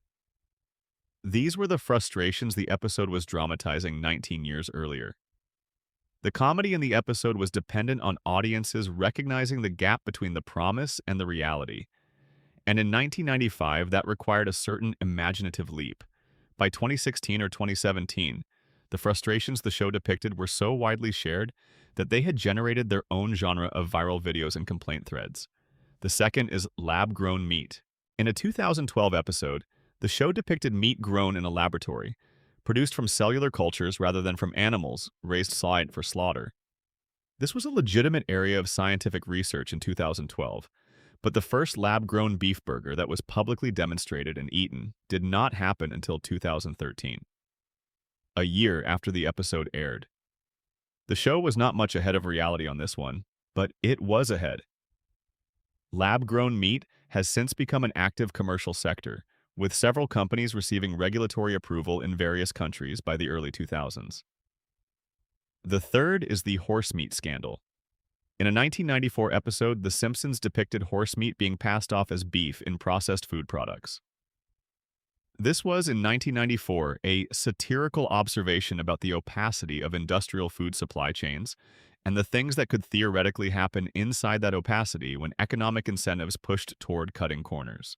In early 2013, a major European food scandal was triggered by the discovery that products labeled as beef contained significant quantities of horse meat. The scandal touched products sold by major supermarket chains across the United Kingdom and Ireland, and eventually spread to implicate supply chains in numerous European countries. The 1994 episode arrived nearly 20 years before the real scandal, and the mechanism it was satirizing, institutional cutting of corners in industrial food processing, was precisely the mechanism that produced the real scandal. The fourth is motion-controlled gaming. In a 1995 episode, the show depicted a video game controller that players interacted with through physical movement rather than traditional button presses, a device that tracked body motion as input for the game. This was science fiction in 1995. The Nintendo Wii was released in 2006, introducing motion-controlled gaming to a mass audience. Microsoft's Kinect, which went further by eliminating the controller entirely and using a camera to track full body movement, was released in 2010. The concept the show depicted in 1995 became one of the defining consumer electronics innovations of the mid-2000s. The fifth is the phenomenon of personalized content recommendation. In multiple episodes across the late 90s and early 2000s, the show depicts scenarios in which technology mediated between individuals and their information and entertainment environments in increasingly personalized ways, in which the outputs of systems seem to know what you wanted before you asked. This is not a single sharp prediction of a single product. It is more of a tonal prediction, an observation about the direction in which information technology was heading, and the way that direction would eventually reshape the experience of being a person who consumes media and information. The recommendation algorithms that now govern most people's experience of the internet, the specific architecture of showing people more of what their behavior suggests they like, arrived more gradually than most of the show's sharper predictions. But the experiential quality it produces, the sensation of inhabiting an environment that seems to already know you, that reflects your preferences back at you with uncanny accuracy, was something the show was gesturing toward during years when the algorithmic infrastructure to actually produce that sensation was still decades away from its current form. The sixth, and perhaps the strangest of the quieter predictions, involves the specific trajectory of consumer culture and the ways in which irony and sincerity have traded places in American public life. This is not a technological prediction or an event prediction. It is a cultural, tonal prediction. The show itself was a product of a specific cultural moment, the moment when ironic distance from mainstream American life became the default register of intelligent cultural commentary. Springfield's residents held American dreams genuinely, and the show looked at them with affectionate irony, noting the gap between the dream and the reality while remaining fundamentally warm toward the people holding the dream. What the show seems not to have fully anticipated, and what constitutes an odd kind of non-prediction or failed prediction worth noting, precisely because it is one of the few, is the degree to which irony itself would eventually become the dominant mode of mainstream culture, rather than a critical tool used against it. The show was ironic in the service of honesty. It was not ironic as an end in itself. What arrived, culturally, over the decades since the show's peak, was something closer to irony as ambient mode, a condition in which the ironic distance that once meant you were paying critical attention to something became simply the way things were presented, flattened into a kind of permanent hipness that was ironizing without any underlying sincerity for the irony to be in tension with. The show never quite predicted that. which makes it, in its way, one of the most interesting things about the show's long relationship with the world it depicted. It could see so clearly into so many corners of the future, the corner where sincerity and irony would eventually collapse into each other in the way they actually did, that one somehow the show did not map. These smaller predictions matter, taken together, because they establish something about the show's methodology that the larger, more dramatic predictions don't fully reveal. The large predictions, Trump, the pandemic, the Disney merger, these required real insight. But they also required making a specific enough observation that it could be clearly identified as a prediction after the fact. The smaller predictions required something different, an ongoing, consistent orientation toward the actual dynamics of the world, a habit of noticing what was developing in which direction and embedding those observations into comedy that didn't draw attention to itself as prediction. The show was not trying to predict anything. It was trying to be honest about everything. The predictions were a byproduct of the honesty. Section 11. Why it keeps happening. By this point in the night, if you have stayed with this long, you have accumulated a weight of examples. Trump, the pandemic, the Disney merger, the Higgs boson, the donut universe, the smartwatch, the horse meat, the tiger, the orchestra, the smart home, the motion controller. They arrive one after another, and somewhere around the middle of that list, a question begins to form. A question that is less about any individual prediction and more about the pattern itself. Why does this keep happening? The simplest explanation, the one that gets offered most often by people who are skeptical of the pattern's significance, is statistical. The show produced an enormous quantity of content across more than 3 decades. It introduced hundreds of specific scenarios, specific technological objects, specific events, specific cultural formations. When you produce enough material across enough time, some of it is going to match what eventually happens in the real world. This is not prophecy, it is probability. Write enough stories, and some of them will accidentally describe the future. There is genuine truth in this explanation. The show did produce an enormous amount of material, and the selection effect in how the predictions are discussed is real. The moments that matched are collected and celebrated. The moments that didn't match are simply forgotten, absorbed into the background of the show's vast output as ordinary storytelling. If you had a list of every specific near-future scenario the show depicted, most of them would not have come true. The list of predictions that circulates is not that comprehensive list. It is a curated selection of the matches, and the impression of extraordinary predictive accuracy that selection creates is partly an artifact of that curation. But the statistical argument, while true, is not fully satisfying, because the matches that do exist are not randomly distributed across the kinds of things the show depicted. They cluster in specific categories: technology, political dynamics, institutional behavior, the specific kinds of things that emerge when you apply genuine analytical intelligence to trends that are already present in the world. The show did not correctly predict things about the natural world, about random events, about the private lives of individuals. It correctly predicted things about systems, about institutions, about the logic of power and the trajectory of technology. This clustering is not consistent with a purely statistical explanation. It is consistent with something more specific. The second explanation, often cited by people who worked on the show and by journalists who have interviewed them, is the quality of the writing staff. The show attracted, particularly in its peak years from roughly 1989 through the mid-1990s, a concentration of genuinely brilliant writers, many of them with unusual educational backgrounds for a comedy writing room. Several had graduate degrees in mathematics or hard sciences from elite institutions. Others had backgrounds in law, philosophy, and economics. They were broadly educated, deeply curious, and unusually conversant with the kinds of technical and scientific domains that don't typically get incorporated into network television comedy. This educational diversity mattered because it meant the show had people who understood how the relevant systems actually worked. When the show wrote about nuclear power, there were people in the room who understood nuclear reactor design. When it wrote about genetics or cosmology or mathematics, there were people who had actually studied those fields.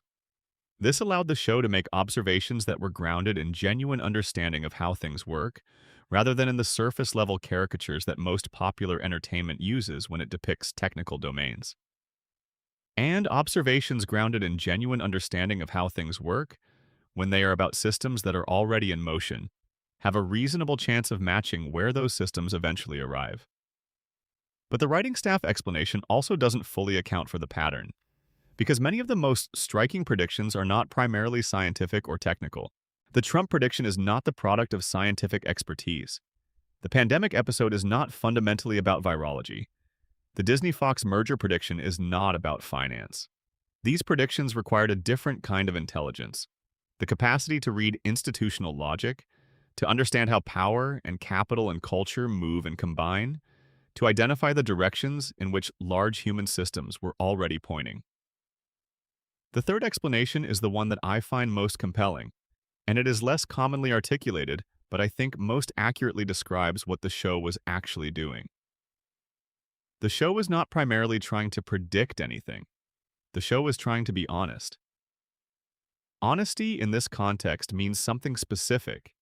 It means depicting the actual logic of situations rather than the comforting stories that institutions and cultural norms construct around those situations. It means naming what is actually present in a scenario, what a situation actually contains, rather than what is polite or reassuring to say it contains. It means being willing to follow the implications of things that are already true to their logical conclusions, even when those conclusions are uncomfortable or absurd. Most popular entertainment does not do this. Most popular entertainment, even entertainment that presents itself as critical or satirical, is constrained by the norms of the culture it is operating within in ways that prevent genuine honesty. The constraints are not always explicit. They are more often a kind of gravitational pull toward reassurance, toward the versions of situations that feel okay, rather than the versions that are accurate. The Simpsons was, at its peak, unusually free of that gravitational pull. The show operated in a kind of imaginative space outside the normal constraints, partly because it was a cartoon, and cartoons have historically been granted more license than live action. Partly because the showrunners of its peak period created a culture that rewarded precision over politeness, partly because the specific combination of writers that assembled in that room had enough confidence in their own intelligence to say what they actually thought rather than what was expected.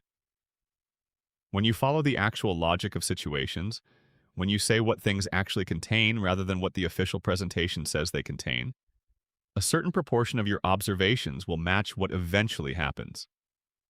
Not all of them, but the ones about systems already in motion, about institutional logic already playing out, about technological trends already pointing in a direction. Those will tend to arrive somewhere recognizable. The Siegfried and Roy prediction was not the product of insider knowledge about tiger behavior or specific intelligence about the act's safety protocols. It was the product of honesty about what the situation contained. A tiger was a tiger. When you say that honestly, you are making a prediction. When you construct a production around the tiger that tells a different story, you are suppressing a prediction, temporarily. The underlying reality, unacknowledged, waits. The fourth explanation involves cultural influence, and it is worth acknowledging even though it complicates the picture in a way that makes the predictions feel less purely prophetic. The show has been watched by hundreds of millions of people. Many of those people, as they moved through their careers in politics, technology, business, and culture, had the show's imagery and ideas somewhere in their minds as part of the furniture of the world they grew up in. The possibility exists that some of what looks like prediction is actually influence, that the show did not predict the future so much as participate in constructing it, that people who saw the Trump episode as children and later worked in politics or media carried that image with them, that the specific form the smartwatch took was shaped partly by the cultural space the show had created around the concept, that lab-grown meat researchers in their 20s had seen the relevant episode as teenagers and felt, somewhere below the level of explicit thought, that this was a category of thing that could exist and was worth pursuing. This is difficult to prove or disprove. Cultural influence is diffuse and poorly tracked, but it is worth holding alongside the other explanations, because it suggests that the relationship between the show and the future it depicted was not purely observational. The show was one of the most watched and culturally absorbed pieces of entertainment in the history of American television. what it depicted and also advocated for in the specific way that stories advocate for things, by making them feel real and possible and worth imagining. Some fraction of what the show got right, the show may have helped to bring about. None of these explanations, taken alone, fully accounts for the pattern. The statistical explanation is true but insufficient. The brilliant writing staff explanation is true but incomplete. The honesty explanation feels closest to the core but doesn't account for all the specific cases. The cultural influence explanation adds something important but is impossible to measure precisely. What is most accurate is that all four are operating simultaneously, that the pattern of predictions is the product of all of these things at once, and that understanding the show's relationship to its own accuracy requires holding all four at the same time without collapsing them into a single tidy answer. The tidy answer would be, the writers were so smart they could see the future. That is the version that travels on the internet, the version that gets collected into the articles about predictions, the version that makes for a satisfying story. The less tidy but more accurate version is, a group of exceptionally intelligent, broadly educated people created a show that was committed to a form of honesty that most entertainment avoids, and they aimed that honesty at systems and institutions and technologies already in motion. And over 30-plus years of output, a remarkable proportion of what they depicted arrived. The less tidy version is more interesting. Section 12. Springfield as a mirror. There is a city in The Simpsons that does not exist and that exists everywhere at once. Springfield has been deliberately and persistently located in no particular state. The show has played with this ambiguity for decades, offering contradictory evidence about the state's geography, teasing the question in interviews, and then refusing to resolve it. When the creator Matt Groening finally named the specific Springfield he had in mind, it did not end the ambiguity. It just made it official. Springfield was always meant to be everywhere, a composite of all the American places the name suggests. A city that could be in any state because it was meant to represent a condition rather than a location. The condition it represents is American ordinariness. Not the ordinariness of the powerless or the marginal, but the ordinariness of the median. The people who own modest houses and work jobs that neither shame them nor define them. Who have children who are approximately normal in their chaos and occasional brilliance. Who watch television and go to church intermittently and care about their neighborhood sports teams and have opinions about the way the country is going that are roughly as accurate as the country's actual direction and roughly as consequential as their ability to act on those opinions, which is to say, marginally at best and most of the time not at all. Homer Simpson is the median American.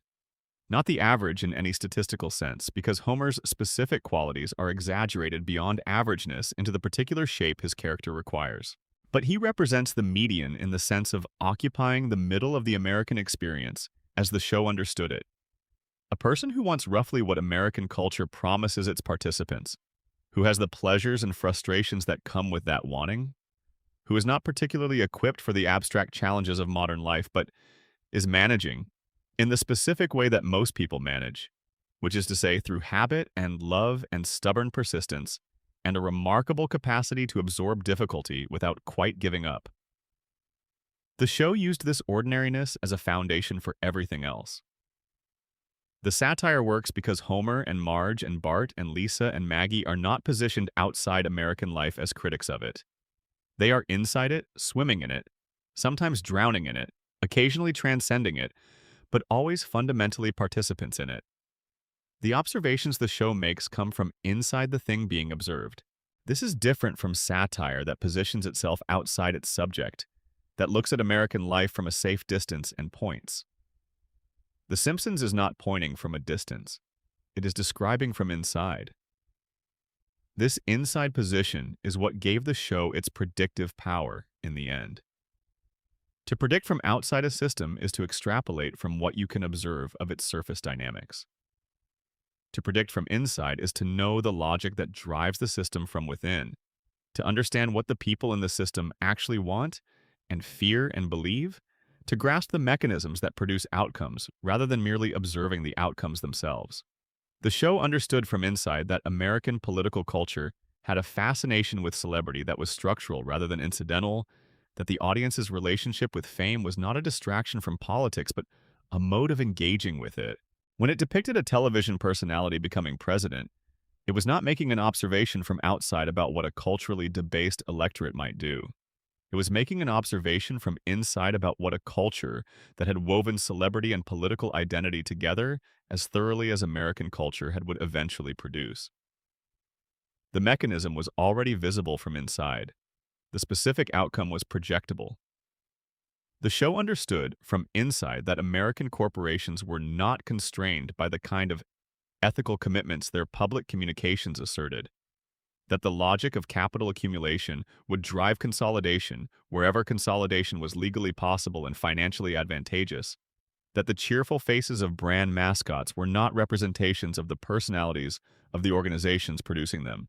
When it depicted a media megacorporation gobbling up smaller entities, it was describing a tendency it understood from inside the culture, a tendency that the corporate entities themselves would have agreed with in private, even as they managed their public images with rather different messaging. The show understood from inside that American optimism about technology was real and genuine, and also systematically blind to certain categories of risk, that the same culture that would enthusiastically adopt any sufficiently compelling new device would be structurally unprepared for what that device did to the fabric of daily life once it was everywhere, that the gap between the promotional narrative and the lived reality of new technology was consistently larger than the promotional narrative acknowledged, and that the people who pointed at that gap before everyone else had arrived were consistently treated as pessimists or alarmists until they were suddenly treated as obvious. These are not predictions in the narrow sense of specific events foretold. They are a form of structural honesty about the culture the show was embedded in, a persistent willingness to see the mechanisms behind the surface, to name the logic rather than the official description of the logic. And when you name the logic accurately, over 30-plus years, the events that follow from that logic will tend to match what you said was coming. Springfield is a mirror. It was always a mirror. The people of Springfield, with their nuclear plant and their corrupt mayor and their underfunded schools, and their extraordinary children and their ordinary fathers and their brilliant mothers and their inexplicable strangers and their persistent hope, were Americans looking at themselves, slightly distorted in the funhouse way that distortion reveals rather than conceals. What the mirror reflected was not flattering in every detail. The show was too honest for that. Homer's stupidity is a distortion of something real. The corruption of Springfield's institutions is a distortion of something real. The gap between what everyone says they believe and how they actually behave, the persistent gap that runs through every Springfield storyline, is a distortion of something real. But the mirror also reflected something genuinely warm. The love in the Simpsons household is real in the way that cartoon love can be realer than any other kind of love because it is stripped of the performance and pretense and anxiety that accompany love in lived experience. Homer loves Marge in a way that functions at the level of bedrock. Marge loves her children with a ferocity that survives every crisis. Bart and Lisa fight with the specific intensity of siblings who are each other's most important relationships and are too young to understand that yet. The love is not pretty, and it is not easy, and it is never presented as anything other than difficult. But it is there, always there, surviving the stupidity and the bad decisions and the implausible adventures and the 30-plus seasons of a show that had no reason to keep being good and kept being good anyway. The predictions came from the honesty. The honesty came from the love. You can only see what a thing truly contains when you care enough about it to look. The show cared about America, about the ordinary people of Springfield, and the ordinary people those characters represented, with a depth and consistency that is easy to underestimate because it was always wearing a comedy's clothes. Under the comedy was something else, something harder to name but visible in the predictions it left behind, in the futures it saw before they arrived. The show was watching the world that was coming, not because the writers were prophets, but because they were paying attention, with full intelligence and full honesty and full affection for the people they were depicting. And sometimes, when you pay attention like that to the world as it actually is, you see where it is going before it gets there. And now it is late. The house is quiet, and the day is done, and somewhere in all those thousands of hours of a cartoon family, in a city that exists everywhere and nowhere, the future was being sketched. one detail at a time, in the specific way that honesty sketches the future. Not dramatically, not prophetically, but accurately, quietly, stubbornly, with love. Springfield goes on. It will always go on.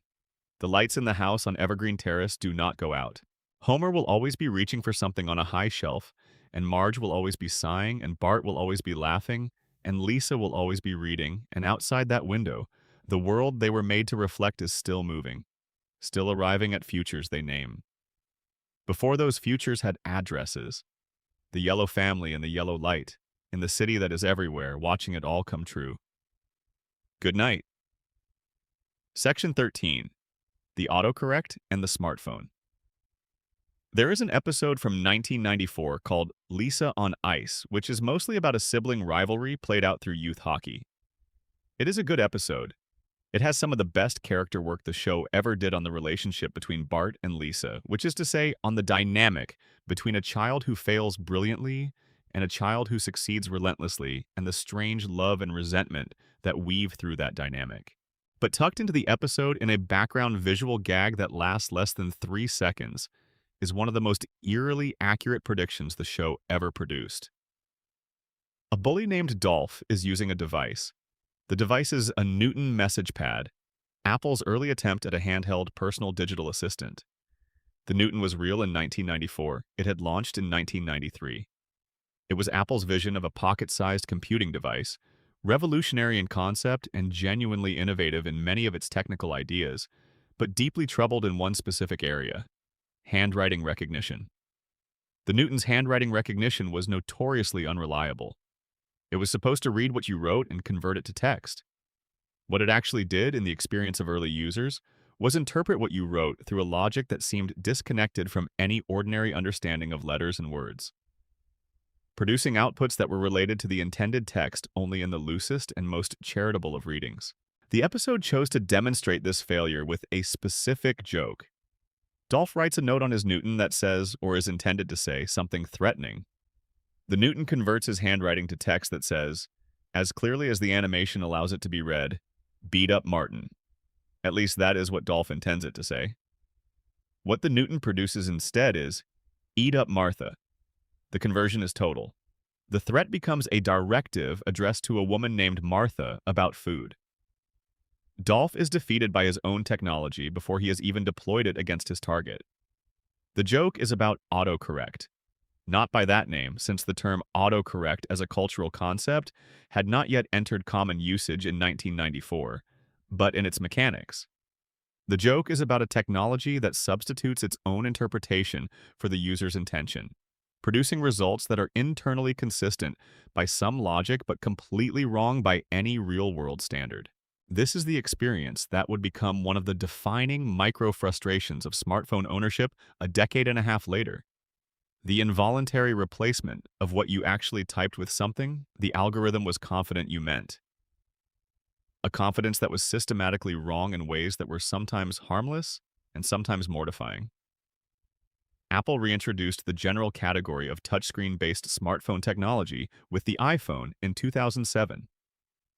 The iPhone's virtual keyboard included an autocorrect function. Within a year of the iPhone's release, a cultural phenomenon had emerged around the failures of this function. A phenomenon so prominent that it generated its own dedicated websites, its own genre of humor, its own vocabulary of complaint and exasperation. The specific experience of typing one word and having the autocorrect system replace it with something adjacent but wrong had become a universal touchstone of shared modern experience. The show captured this in 1994. The specific visual joke about a device substituting its interpretation for the user's intention, and the resulting absurdity, was a 13-year preview of a cultural phenomenon that would eventually touch the daily lives of billions of people. The Newton was not a smartphone. The handwriting recognition failure was technically different from touchscreen autocorrect. But the experiential quality of the joke, the specific comedy of being betrayed by the confidence of your own machine, was identical. Section 14. The Farmville Moment and Social Media Addiction. In the late 1990s, The Simpsons produced an episode about a video game that was so compelling, it destroyed the productivity and social health of everyone who played it. The plot involved a simple, repetitive, rewarding game loop that players could not stop engaging with, that replaced real-world relationships and responsibilities, that became more vivid and more motivating than actual life. The episode treated this as comedy because in the late 1990s, the specific scenario it described was still primarily a hypothetical, a satirical exaggeration of tendencies that were present but not yet dominant. By 2009, the specific dynamics the episode described were being replicated in exact detail by a Facebook game called Farmville.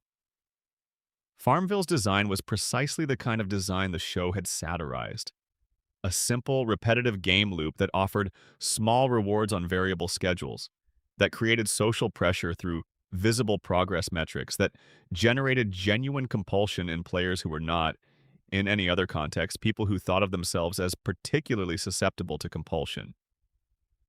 Tens of millions of people found themselves logging in to water virtual crops at specific times of day, missing actual responsibilities to fulfill virtual ones, feeling real anxiety about the state of their fictional farm.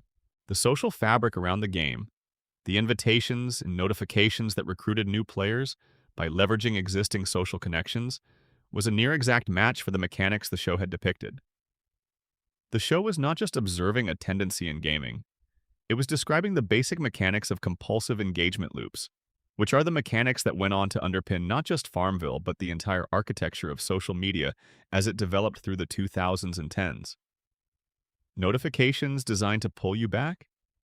Variable reward schedules that mimic the psychology of slot machines.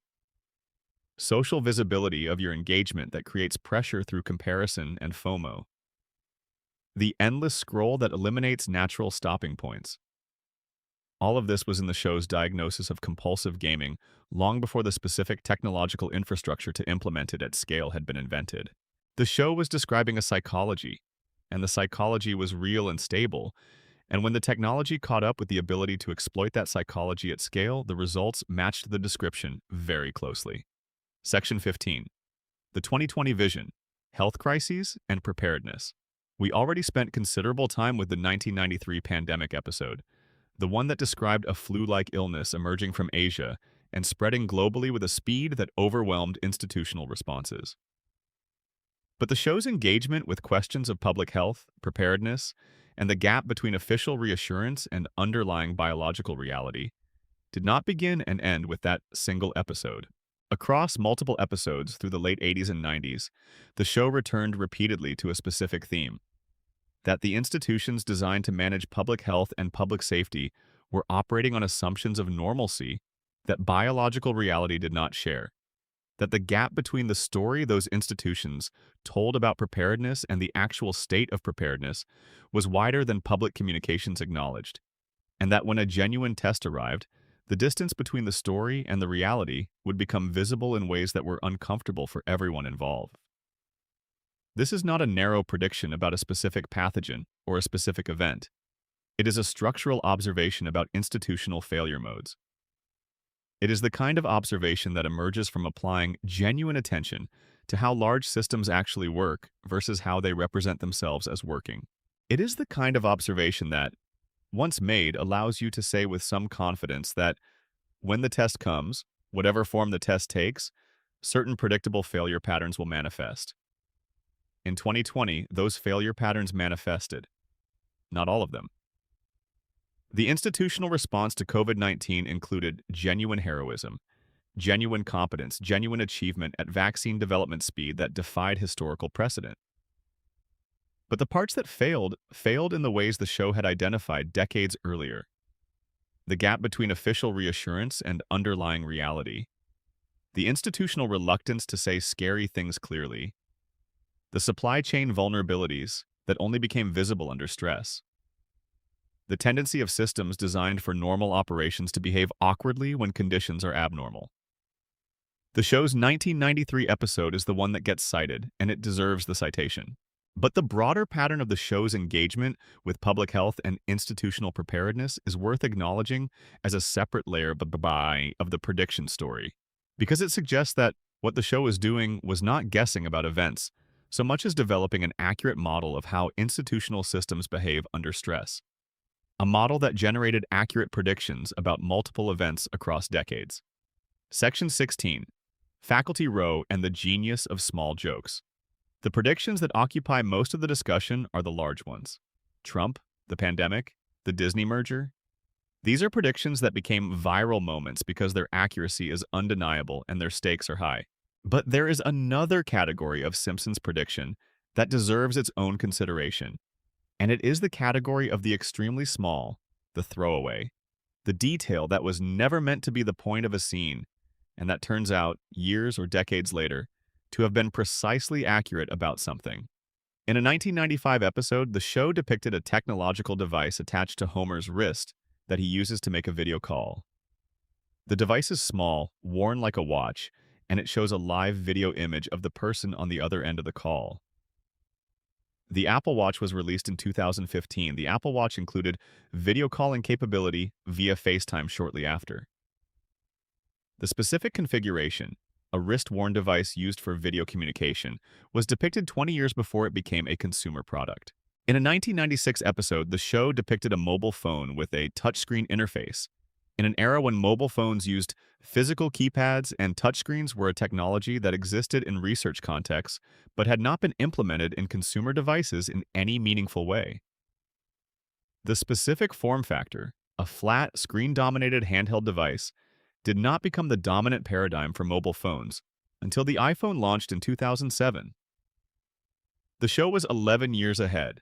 In a 1998 episode, Homer uses what appears to be a voice-activated virtual assistant to obtain information. He speaks a question at a device and receives a spoken answer.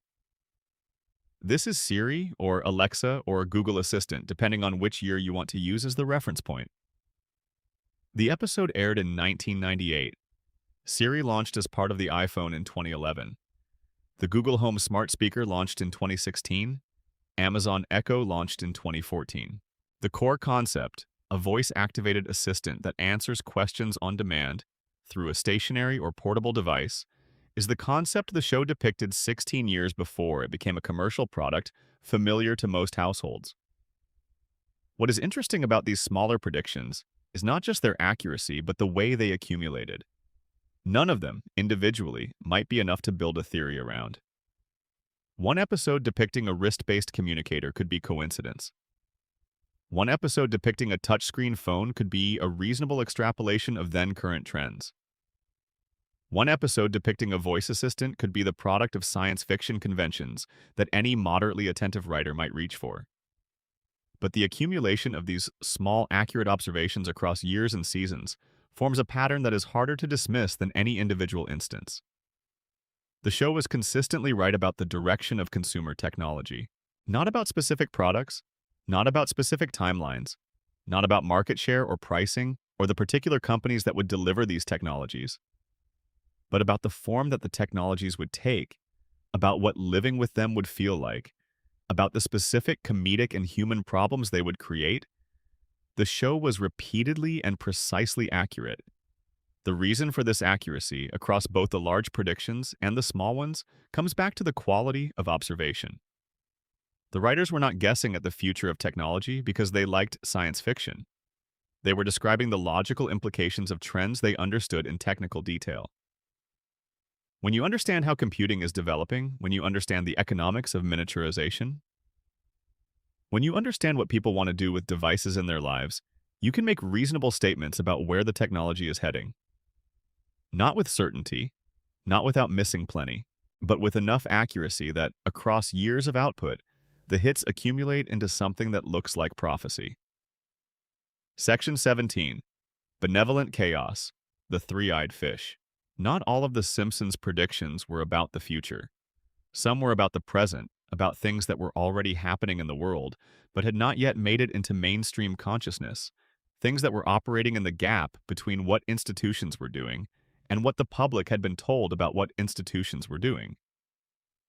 In one of the most enduring and recognizable images in the entire history of the show, a fish is pulled from a river near the Springfield nuclear power plant.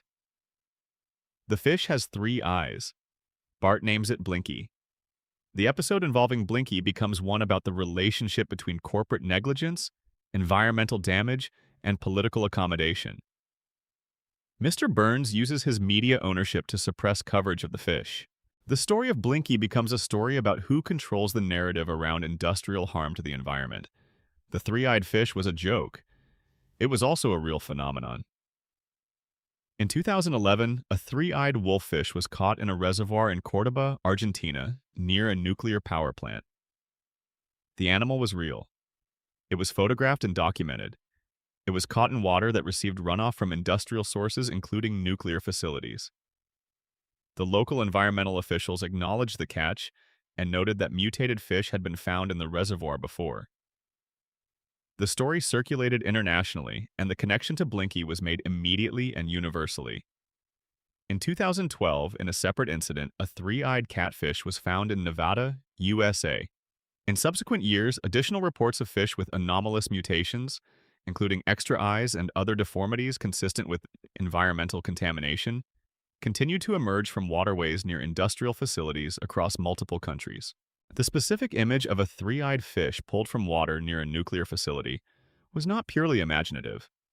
It was grounded in the documented relationship between industrial contamination, particularly radiation and chemical discharge, and the specific categories of genetic and developmental damage that contamination can produce in aquatic life. Fish in heavily contaminated waterways do develop abnormalities. The deformities are not typically as dramatic as an extra eye because the dosing required to produce that specific outcome is higher than what most contaminated environments deliver. But the mechanism is real, the deformities are real, and the relationship between industrial facilities and waterway contamination is real. Blinky was a satirical exaggeration of a real dynamic, and reality eventually caught up to the exaggeration enough to produce documented cases that matched the joke's specific form. This is a slightly different kind of prediction from the others. It is less about forecasting a future that had not yet arrived, and more about naming a present that existed but was not being publicly acknowledged. The show is saying, this is what industrial contamination near water sources can produce. This is what that relationship looks like when you follow it to its conclusion. And the world, over the following decades, produced enough real instances of the connection the show was drawing that the prediction looked accurate from every angle. Section 18. The Baby and the Tablet. In a brief moment from a 1996 episode, Maggie Simpson, who is less than a year old, is shown interacting with a touchscreen device. She swipes it with her finger. She navigates its interface intuitively, without instruction, in the way that very young children interact with touchscreen technology when it is placed in front of them. The joke is about how naturally certain kinds of interaction come to humans, including very young humans, when the interface is designed around gesture and touch rather than the mediated interface of a keyboard or a joystick. In 2010, when the iPad launched, and in the years that followed, one of the most widely reported and widely shared observations about the new technology was that very young children, including toddlers and infants, who had not been taught how to use it, interacted with it immediately and intuitively. The gesture-based interface did not require instruction because it mirrored natural physical interaction patterns. Videos of babies and very young toddlers navigating iPads with apparent ease became a genre of content that spread across the internet and through mainstream media as a demonstration of how fundamentally accessible the touchscreen interface was. The show depicted this in 1996. The specific observation that touchscreen technology would be immediately intuitive to even pre-verbal children was a 14-year preview of what became a commonly noted and frequently discussed feature of tablet technology. The observation was correct about the mechanism, which is that touch interfaces reduce the cognitive translation layer between intention and action to near zero, making them accessible to people who have not yet developed the cognitive apparatus for more abstract forms of interface. This is a small moment in a 30-year catalog. It would be easy to pass over it as a lucky coincidence. But it is part of the accumulated weight of the show's relationship with technology, part of the pattern that tells you the observations were not random. The writers understood something about the direction human-computer interaction was heading, and they kept encoding that understanding into small jokes that would eventually become accurate descriptions. Section 19. The Corruption of Springfield. Let us talk for a moment about the corruption of Springfield as a prediction about the corruption of everywhere. Mayor Quimby is corrupt. This is not a surprise to anyone who has watched the show. He is comically, transparently, theatrically corrupt in the way that cartoon politicians are corrupt, his corruption serving as a backdrop for jokes about governance and civic life rather than as a serious political statement. He steers contracts to his relatives. He mismanages funds. He makes speeches about public welfare while attending to private advantage. He is re-elected repeatedly despite this being common knowledge, because the alternative choices available to Springfield's voters are no better and possibly worse. The joke about Mayor Quimby is a joke about American municipal governance that has been accurate for as long as it has been made. The specific dynamics of his corruption, the combination of personal enrichment, political favoritism, public rhetoric that bears no relationship to private behavior, and structural re-electability based on voter preference for familiar corruption over unfamiliar alternatives, is an accurate description of the incentive structures facing municipal politicians in most American cities. But the prediction embedded in the Mayor Quimby joke goes beyond the familiar satire of corrupt politicians. The prediction is about the public's relationship to that corruption, about the collective decision that communities repeatedly make to live with corruption they understand rather than risk the uncertainty of attempting to remove it. This is the darker and more accurate observation, and it has proven accurate across the decades of the show's run in ways that the show's writers probably hoped would be falsified. The willingness of communities to re-elect corrupt leadership is not irrational if you model it correctly. It reflects a realistic assessment of alternatives, a realistic calculation of the costs of disruption relative to the costs of continued corruption, and a realistic evaluation of the capacity of formal mechanisms to produce better outcomes. In Springfield, as in many real cities, the formal mechanisms are captured by the same interests that produce the corruption. The alternatives are unknown quantities with potentially worse qualities, and the costs of disruption fall on everyone while the benefits of reform are diffuse and uncertain. The Simpsons encoded a sophisticated model of institutional corruption and community accommodation of corruption into what looked like a simple one-note joke about a stupid, crooked mayor. The model turned out to be accurate about how these dynamics actually work, and the accuracy of the model is evident in the fact that, decades later, the dynamics the show was depicting remain as present in American civic life as they were when the show started depicting them. Section 20. The Richest Man and the Rocket. In the mid-1990s, The Simpsons aired an episode in which Mr. Burns, the show's billionaire antagonist, involved himself in space travel. The episode used the general concept of an enormously wealthy private individual deciding that space was interesting to him and deploying his personal fortune toward the goal of going there, not as a national project or a scientific one, but as a demonstration of what extreme private wealth could accomplish when the extremely wealthy person in question simply decided to do something. The specific comic texture of the episode was about the collision between Burns's extraordinary resources and his extraordinary indifference to the considerations that would normally attend a space launch. Considerations like safety, like the well-being of the crew, like the institutional processes that existed around space travel for good historical reasons. Burns wanted to go to space in the way Burns wants everything, immediately, expensively, and without meaningful concession to the interests of anyone else. In the decades since that episode, Elon Musk founded SpaceX and revolutionized the commercial space launch industry before eventually flying to space himself.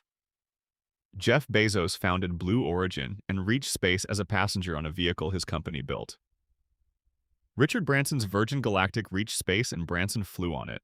The specific phenomenon of billionaires directing enormous private fortunes toward space travel, toward personal participation in space travel, toward the general project of making space accessible to extremely wealthy individuals who had decided they wanted to go there, materialized in exactly the way the show had sketched it.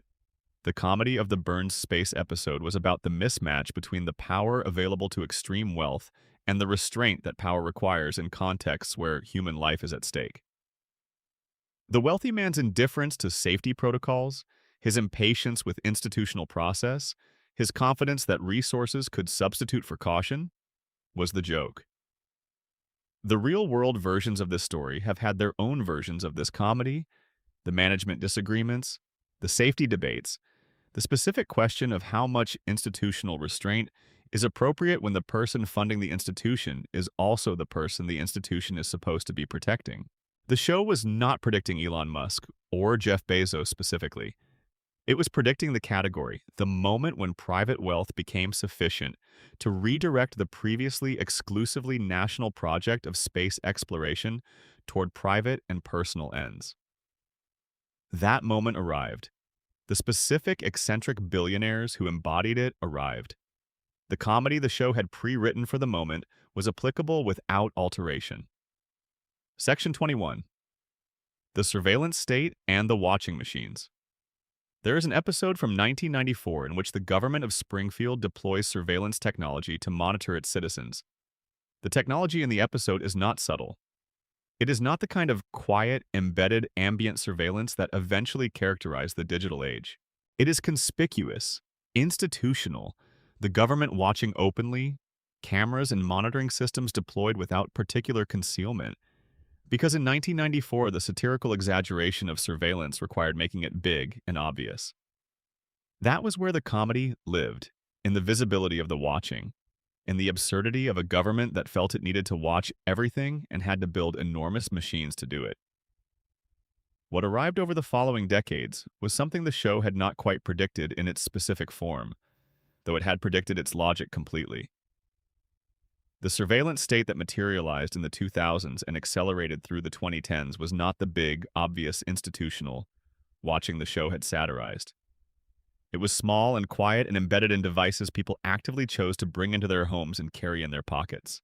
The watching happened through search histories and location data and social media engagement patterns, and the purchase records attached to rewards cards and the metadata of phone calls and the telemetry of connected devices. It was surveillance without surveillance cameras, watching without watchers in a conventional sense. The accumulation of behavioral data so complete and so granular that the picture it assembled of any individual's life exceeded what even an attentive observer could have constructed through direct observation. The show understood that surveillance would happen. The show understood that governments and powerful institutions wanted the capacity to know what citizens and consumers were doing. The specific mechanism it satirized, the obvious government camera, turned out to be only one small corner of what actually developed. The larger and more consequential part of what developed was corporate surveillance, the watching done by private companies for commercial purposes. Surveillance that people not only tolerated, but actively participated in and paid for by purchasing the devices that conducted it. In a later episode, the show depicted a scenario where information about characters' private habits, preferences, and movements was assembled by entities outside their awareness and used for purposes they had not consented to. The episode treated this as a science fiction premise. By the mid-2000s, the premise was the ordinary operating condition of having a smartphone and an internet connection. The Cambridge Analytica revelations of 2018, the various disclosures about data broker practices, the growing public understanding of how extensively behavioral data was being collected, aggregated, and deployed, all arrived in the territory the show had sketched years earlier. The show was accurate about the impulse and the consequence, even when it was not accurate about the specific mechanism. The impulse was institutional and commercial desire to know what people were doing, where they were going, what they were thinking. The consequence was a world in which privacy, in the conventional sense of being unobserved in your private moments, had become significantly more difficult to maintain, and significantly less guaranteed by the default settings of ordinary life. The mechanism turned out to be less a government camera and more a smartphone, less a surveillance van and more a loyalty program, less a secret program and more a publicly disclosed terms of service that nobody read. Section 22. The gig economy and the flexible worker. Homer Simpson has held, by various counts across the show's run, somewhere between 200 and 300 different jobs. He has been a monorail conductor and a food critic, and a missionary, and a bodyguard and a car designer, and a professional helper and a bounty hunter and a farmer. He has been employed, fired, rehired, and reemployed across every sector of the Springfield economy multiple times over. His relationship to work is the relationship of a man for whom no single job defines him, for whom employment is a series of episodes rather than a continuous narrative, who moves from position to position with the casual fluidity of someone who has accepted that work is temporary and identity is elsewhere. In 1989, this was a character quirk. It was a narrative convenience that allowed the writers to put Homer in different situations without changing the show's fundamental premise. Homer works at the plant, except when the episode requires him to work somewhere else, and then he works somewhere else, and then he goes back to the plant, and the audience accepts this because the show's premise is flexible in ways that serve the story. In 2015, this was the gig economy. The specific labor market that crystallized around platform companies in the mid-2000s was precisely the labor market Homer had been operating in for decades on the show. Project-based, employer-agnostic, defined by task completion rather than institutional membership, lacking the stability and benefits of conventional employment, but offering a kind of flexibility that was sometimes genuine and sometimes merely the rebranding of precarity as freedom. Uber and Lyft and TaskRabbit and Fiverr and DoorDash, and the broader architecture of on-demand labor platforms created a workforce of people who moved between engagements in a way that rhymed structurally with Homer's relationship to employment. No single employer, no single job, income from multiple sources, none of them guaranteed, all of them terminable on short notice. The worker as independent contractor, responsible for their own equipment, their own scheduling, their own tax obligations, their own sense of occupational identity in the absence of an employer to provide one. The show did not predict this in any explicit sense. Homer's multi-job existence was never framed as a commentary on labor markets or as a vision of where employment was heading. It was comedy. The comedy of a man who keeps failing at jobs and finding new ones, of a workplace world that somehow accommodates him, of an economy that seems to have infinite positions available for someone with his specific combination of enthusiasm and incompetence. But the structural reality the show was depicting, a man who works for dozens of employers across his adult life, who defines himself through personal relationships and domestic life rather than through occupational identity, who maintains economic survival through a kind of adaptive opportunism rather than through institutional loyalty, that structural reality became the defining labor market experience for millions of people in the gig economy era. Homer was a gig worker before the gig existed. Section 23. The Food and the Body. The Simpsons has, since its first episode, depicted the relationship between Americans and their food in ways that were accurate about the dynamics of that relationship and predictive about where those dynamics were heading. Homer's eating is legendary and foundational to his character. He eats too much. He eats the wrong things. He eats past the point of satisfaction, past the point of comfort, past any point that could be rationalized as serving biological need. He eats because eating feels good, and because the feeling good is itself the point. A point that is available immediately and reliably in a life where other forms of feeling good are less reliable and sometimes less available.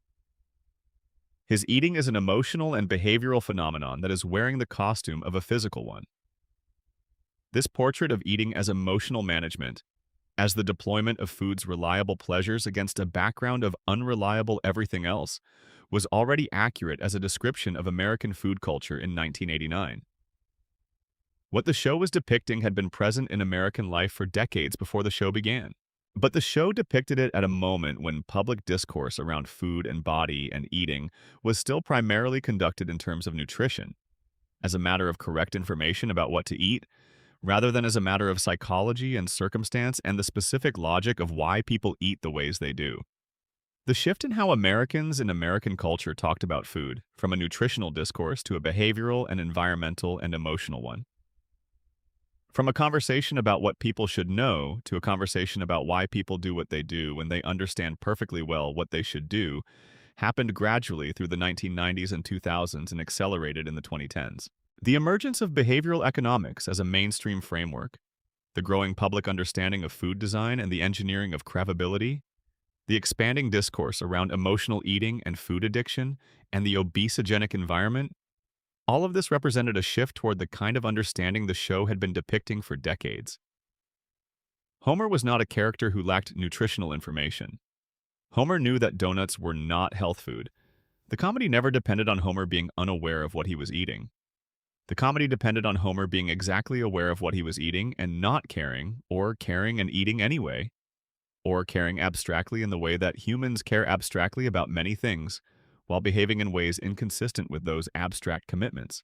This is the accurate portrait of human food behavior, and it is the portrait that the public health and behavioral science communities took decades to arrive at after decades of a public health approach premised on information deficit. Section 24. The Media and the Spectacle. Rupert Murdoch has never appeared in The Simpsons by name, but he has appeared in it many times in substance, in the character of a media baron whose control over entertainment and news operates according to a specific and internally consistent logic. The logic of attention, of what grabs viewers, of what holds eyeballs, regardless of whether it serves any other value.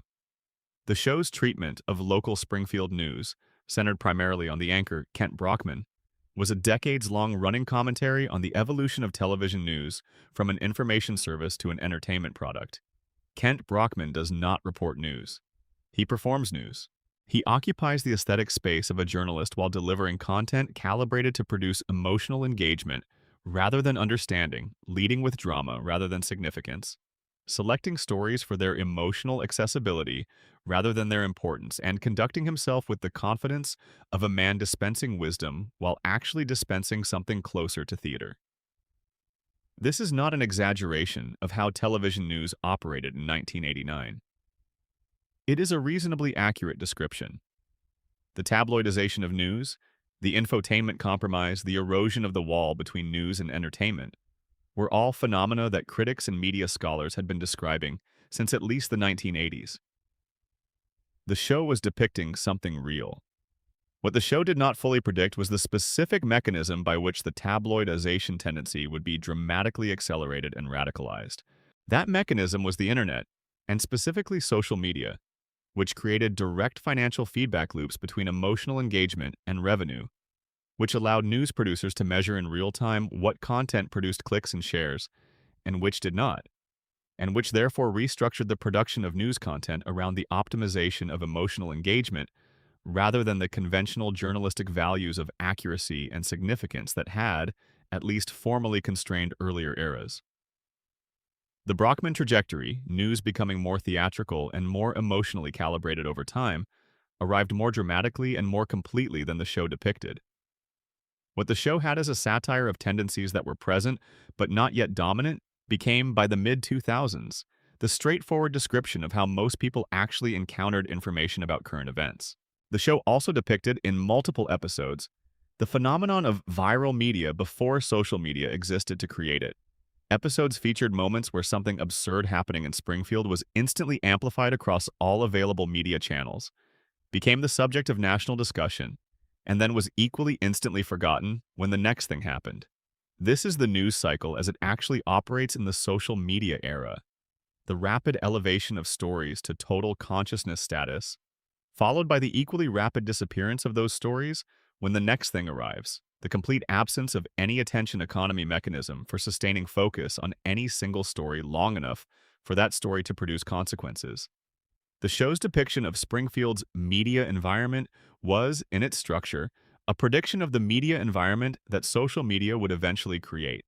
The show just had to operate with the available mechanisms of 1990s broadcasting, using local news and word of mouth to do the work that Facebook and Twitter would later do more efficiently and more destructively. Section 25. The Money and the System. Burns is old money with new means. He has the genealogy of the American aristocracy, the industrial fortune built before regulation existed to constrain it, and he has the modern resources of surveillance and political influence and media ownership. He is the American ruling class in cartoon form, and the show has been depicting him since 1989 with a consistency and an accuracy about how extreme wealth actually functions in American society that is easy to undervalue because the comedy is so good. The specific prediction embedded in the Burns character is not about any single event or technology. It is about the durability of extreme wealth as a structural feature of American life, about the specific mechanisms by which that durability is maintained, about the relationship between extreme wealth and political power, about the way regulatory capture works in practice, about the specific texture of being in a society where one person controls the employment, the energy supply, and the media access of an entire community. In 1989, Burns was a satirical exaggeration. He was too rich, too old, too powerful, too casually malevolent to be taken as a realistic portrait. He was an archetype stretched to its edges for comic effect. In the 2020s, the world produced figures who made Burns seem like a moderate case. Individuals with wealth measured in hundreds of billions of dollars, whose ownership of infrastructure, media, and technology gave them influence over the daily lives of hundreds of millions of people, whose relationship to the political process was shaped by the specific dynamics Burns embodied. The combination of direct influence through donation and indirect influence through employment and infrastructure dependency.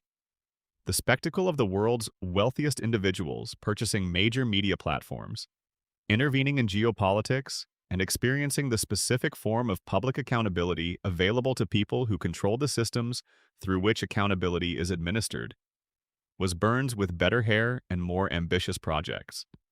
The show was not predicting Elon Musk or Jeff Bezos or any specific individual.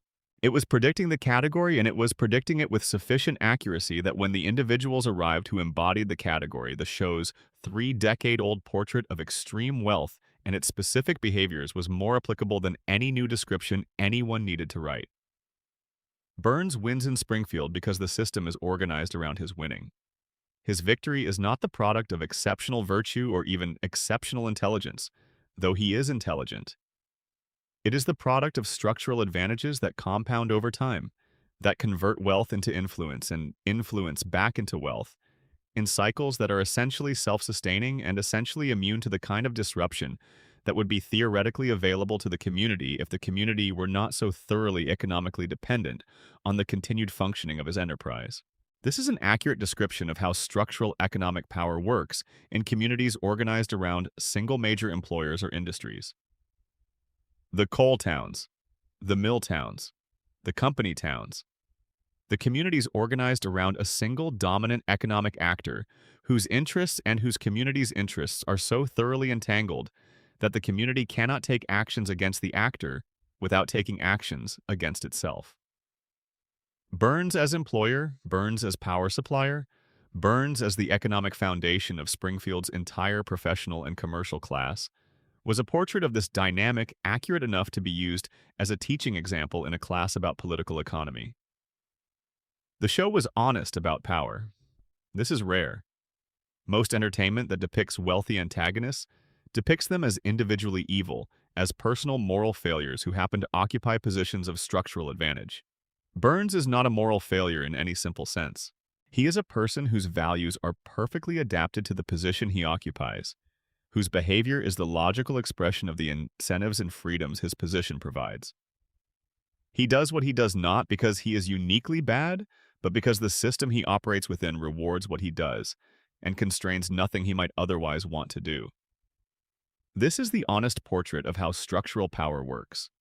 The show has been depicting it for 36 years. The world the show depicted has not changed enough in those 36 years to render the portrait outdated. Section 26. What the show knew about families. All the predictions we have discussed in this long evening, the technological ones, the political ones, the cultural and institutional ones, sit on top of a foundation that is not about prediction at all. The foundation is about families. The Simpsons is, first and most fundamentally, a show about a family. Everything else, the satire, the celebrity guests, the predictions, the elaborate plots, the world-building of Springfield, all of it is constructed around the central fact that these 5 people love each other in ways that are sometimes expressed badly, and sometimes expressed awkwardly, and sometimes not expressed at all, but that are persistent and foundational and, in the end, the reason the show continues to resonate after 36 years of everything else. Homer loves Marge. This is the bedrock. Through every episode, through every disaster Homer creates, and every crisis the family survives, through every moment of stupidity and every moment of grace, Homer loves Marge with a completeness that his limited expressive capacity cannot fully articulate, but that is visible in everything he does. He reaches for her.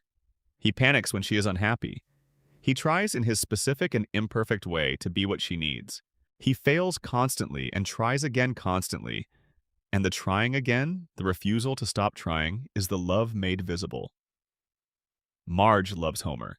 This is perhaps the more remarkable love because it requires more in the way of sustained will and conscious choice. Homer is easy to love in the abstract, the big foolish heart and the oversized body, but he is considerably harder to love on a Tuesday, when the kitchen is broken and the kids are fighting, and he has done something catastrophically stupid with the household finances. Marge's love for Homer is the love of someone who sees what is actually there and chooses it anyway, who has made the calculation of this specific life against all the other possible lives, and decided, with eyes open, that this is the one worth having. The show predicted, by depicting it with such accuracy and such love for 3 decades and counting, that this kind of marriage, the messy and imperfect and loving and frustrated and indestructible marriage, was the marriage that most people actually had or wanted to have or recognized from their own experience. More than the idealized marriages in romantic comedies, more than the tragic marriages in dramas, more than the performatively healthy marriages in lifestyle content.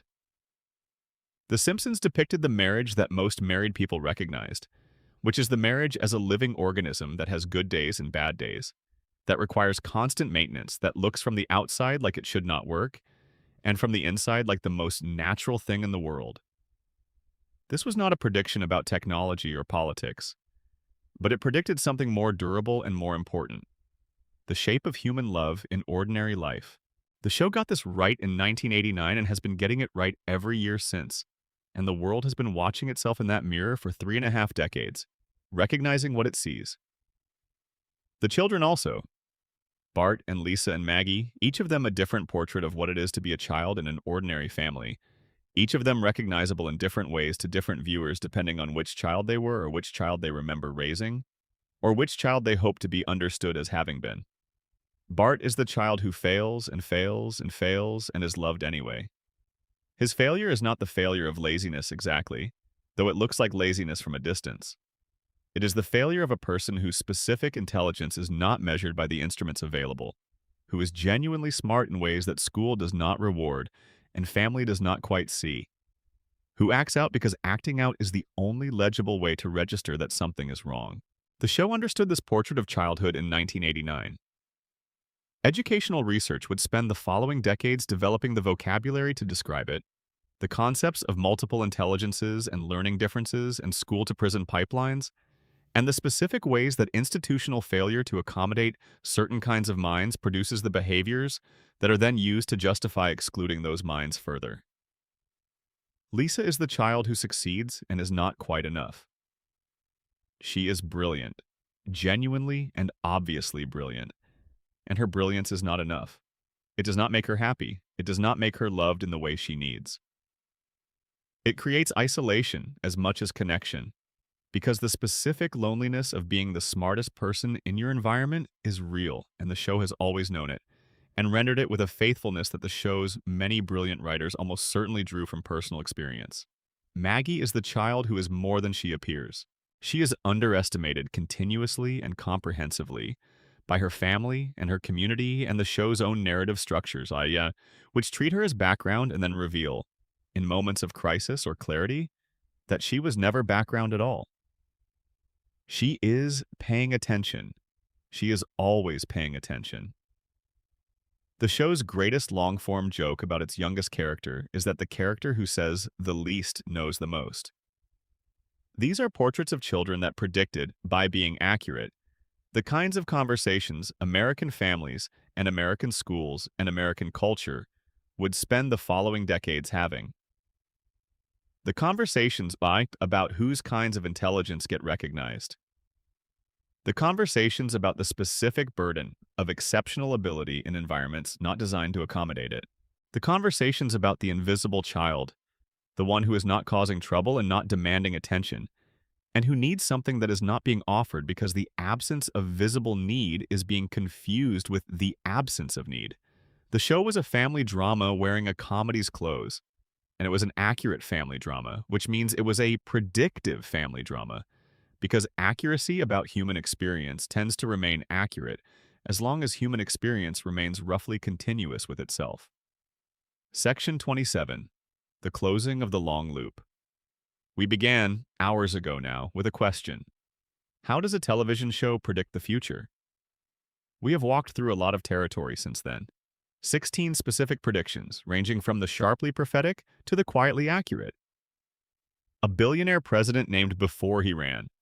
a pandemic before it happened, a media merger before it was announced, a touchscreen phone before it was designed, an orchestra collaboration before it was booked, small jokes and large ones, throwaway background details and central episode premises, all of them arriving in advance of realities that would eventually make them recognizable as something other than mere comedy. And through all of it, the mechanical explanation remains. Talented writers, enormous volume, statistical probability, confirmation bias that keeps the hits and discards the misses. These things are real. These things explain a genuine portion of what we have been discussing, but the mechanical explanation leaves something out. The mechanical explanation tells you how the predictions happened in the way that an account of photosynthesis tells you how a flower happens.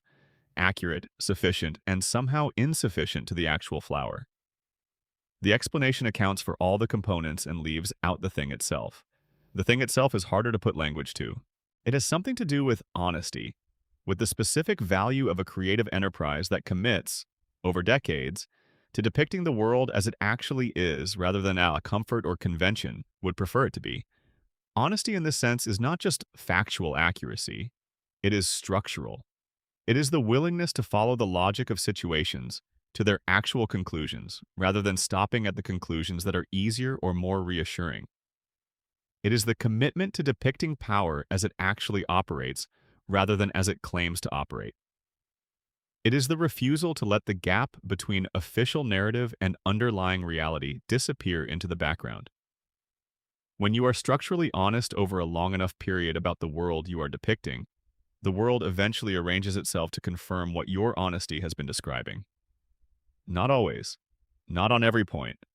The show missed plenty. The future it described was partial and selective and shaped by the specific preoccupations and blind spots of the specific people making it. But where it was honest, the honesty accumulated into something that looks like prophecy and functions like portrait. Springfield is America. Not a realistic portrait of America, not a documentary or a data set or a comprehensive account, but a portrait in the way that the best portraits work, capturing something essential by distorting the surface to reveal what the surface conceals. The yellow skin and the four fingers and the impossible physics and the eternal summer of the characters' ages, these are the distortions. The love and the corruption and the hope and the failure and the persistence and the willingness to get back up after every disaster and try again. These are the things the distortions are in service of revealing. The show looked at America in 1989 and began describing it. And because the description was honest, and the show was long, and the writers were attentive, the description kept arriving ahead of the events it described.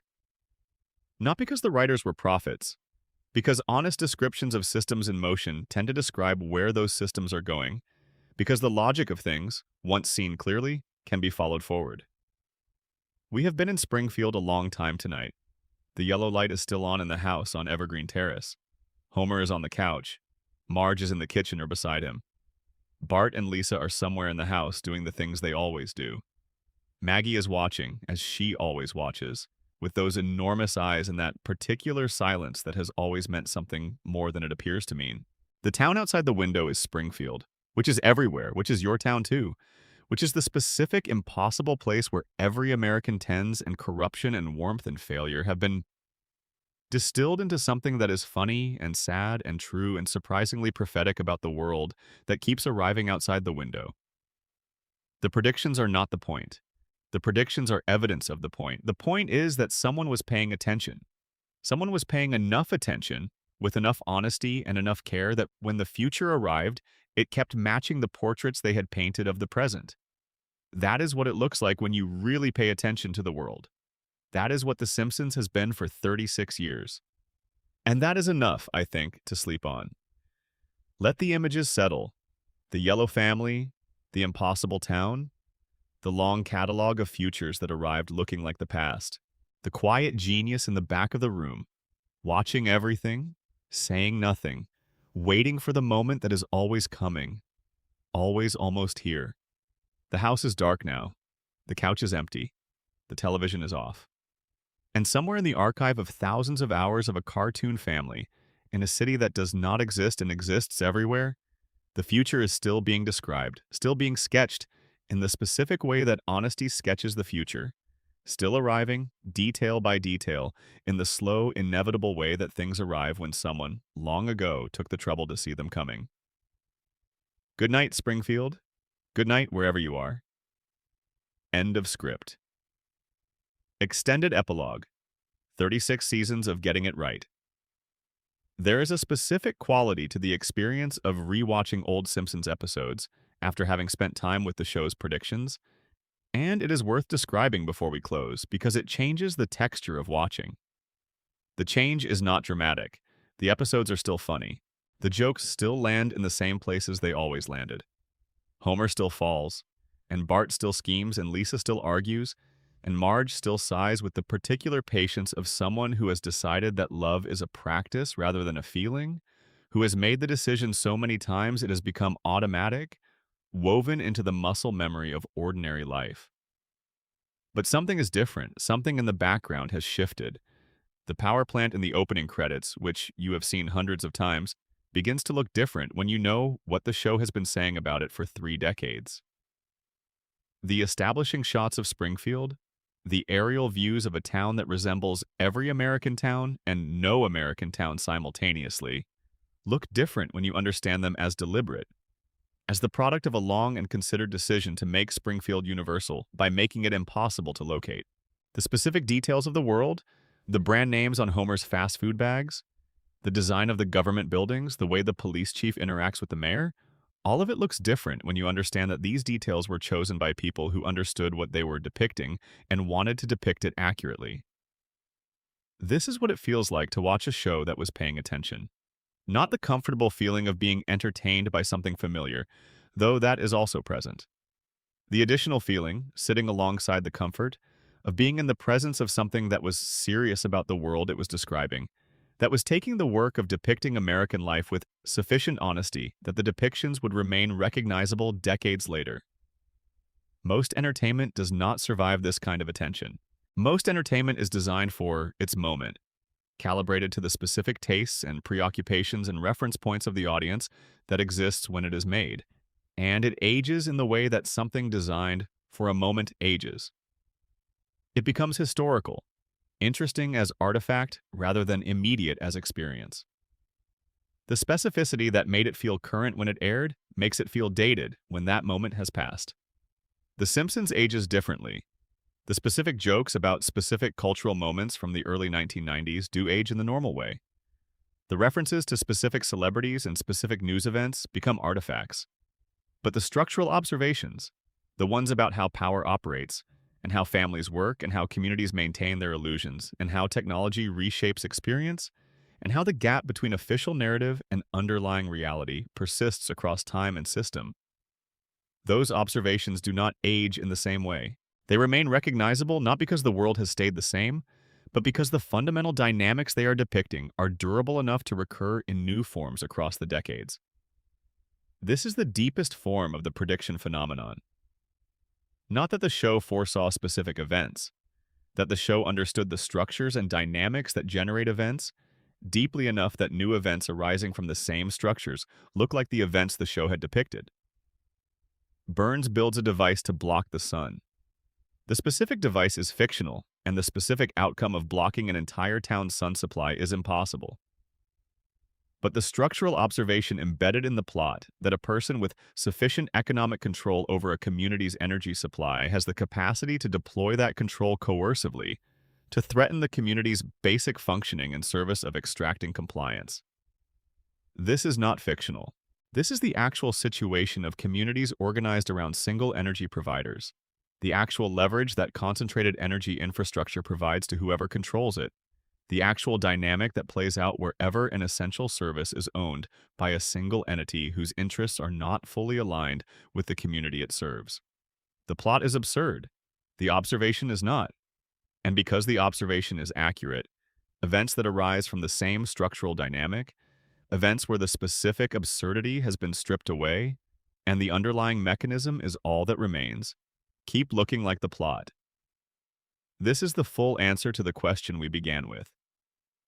How does The Simpsons keep doing this? It keeps doing this because it was built on structural honesty about the world it was depicting. Because the people who built it, were paying attention with genuine care and genuine intelligence, because they were willing to follow the logic of situations to conclusions that were uncomfortable. Because they embedded that honesty in comedy which gave it permission to say things that a more serious register would have been prevented from saying by the conventions of the culture around it. And because comedy, when it is built on genuine observation, rather than on conventional expectation, accumulates a record of accuracy that spans decades, because genuine observation is durable in a way that culturally calibrated entertainment is not. The Simpsons is 36 seasons old, nearly 800 episodes, the longest-running animated series in the history of American television, the longest-running scripted primetime show in the history of American television. And it keeps going. Not because it is still as good as it was in 1993. The later seasons have their defenders and their detractors, and the debate about when the show declined is one of the most reliably endless arguments on the internet. What is true is that the show continues because the family continues, because the relationship between the characters and the audience is the kind of relationship that does not resolve cleanly, that persists through decline and recovery and renegotiation in the way that actual relationships persist, because something about the family on Evergreen Terrace has become part of the way a significant portion of the world understands what a family looks like. That is a form of prediction, too. The prediction that this specific portrait of this specific family would endure, that something about these specific 5 people would remain recognizable and relevant and worth watching across a span of time long enough to encompass entire human lifetimes. That the world the show depicted would remain sufficiently recognizable to the audience that found it in 1989 and every year since that the show would remain worth making. That prediction has proven accurate. 36 seasons, nearly 800 episodes. Still going. The most accurate prediction the show ever made was the simplest one, that the American family, in all its chaos and love and failure and persistence, was worth watching. Worth watching forever, or close enough to forever, that the distinction barely matters. The house on Evergreen Terrace is still lit. The couch is still there. And the family, impossible and permanent and always slightly ahead of the world they are depicting, is still together. That was always the prediction that mattered most. A note on the misses. Honesty, the same quality that gave the show its predictive power, requires acknowledging the misses alongside the hits. The show predicted flying cars would be common by the 2000s. They are not common. The show depicted personal jetpacks as a plausible near-future consumer product. They remain a niche and expensive novelty. The show depicted moon colonies and permanent space habitation as destinations that the ordinary person might have some relationship to within decades. These have not materialized in any meaningful form for ordinary people. The specific technological optimism of certain eras of the show, the belief that the broad expansion of human capability through technology would proceed faster and more democratically than it actually has, is an area where the show was consistently wrong rather than consistently right. The show also missed, in various ways, the specific psychological texture of the internet era. It depicted the internet and online culture in episodes that now look like period artifacts, reflecting the specific assumptions of the moment they were made, rather than anything genuinely prescient about where networked communication would take human experience. The specific quality of social media addiction, the attention economy, the algorithmic amplification of outrage, the specific way that platform design would reshape political discourse and personal identity, and the daily experience of being in a community. These were not things the show depicted with much accuracy. It depicted the broad phenomenon of media as entertainment and distraction. It did not fully anticipate the specific mechanisms of social media and their specific psychological and political consequences. The show also missed, in its depictions of the future of American institutions, the degree to which those institutions would prove more fragile than the show's satire assumed. The show satirized institutions by depicting them as corrupt and inefficient, and captured by narrow interests. It generally depicted them as also stable, as persistent features of the landscape even in their corrupted and inefficient forms.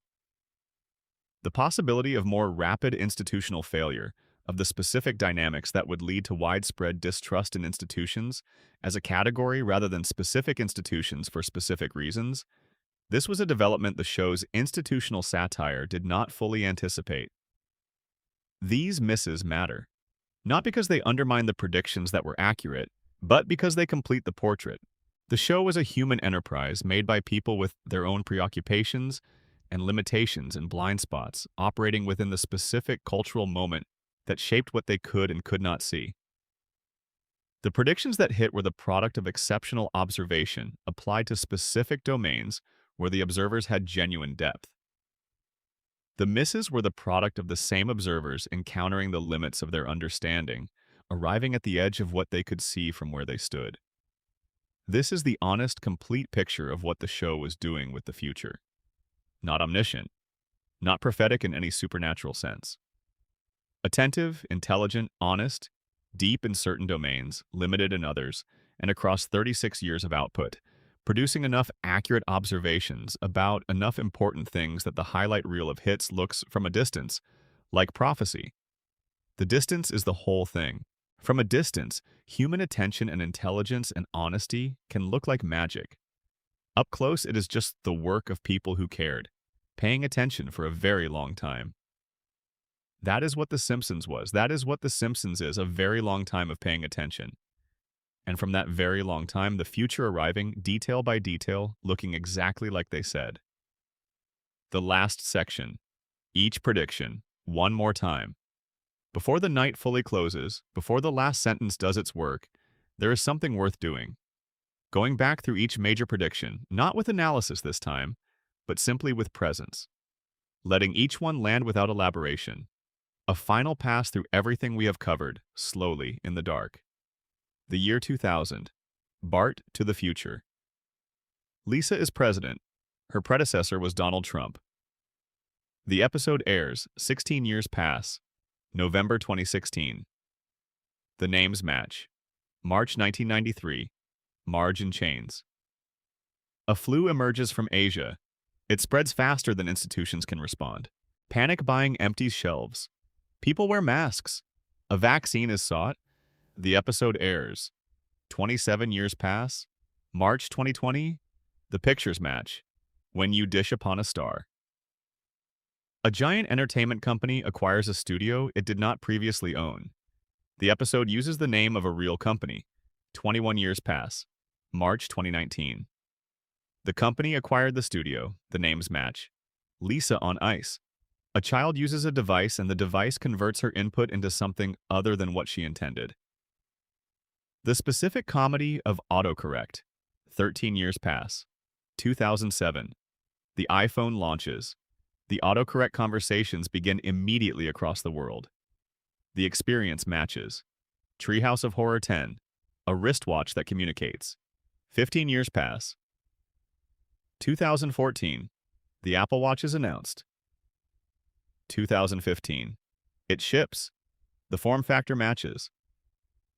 Homer goes to space, 1994. Deep space Homer. A private individual with unusual resources finds himself in space. The premise treats this as extraordinary. Decades pass.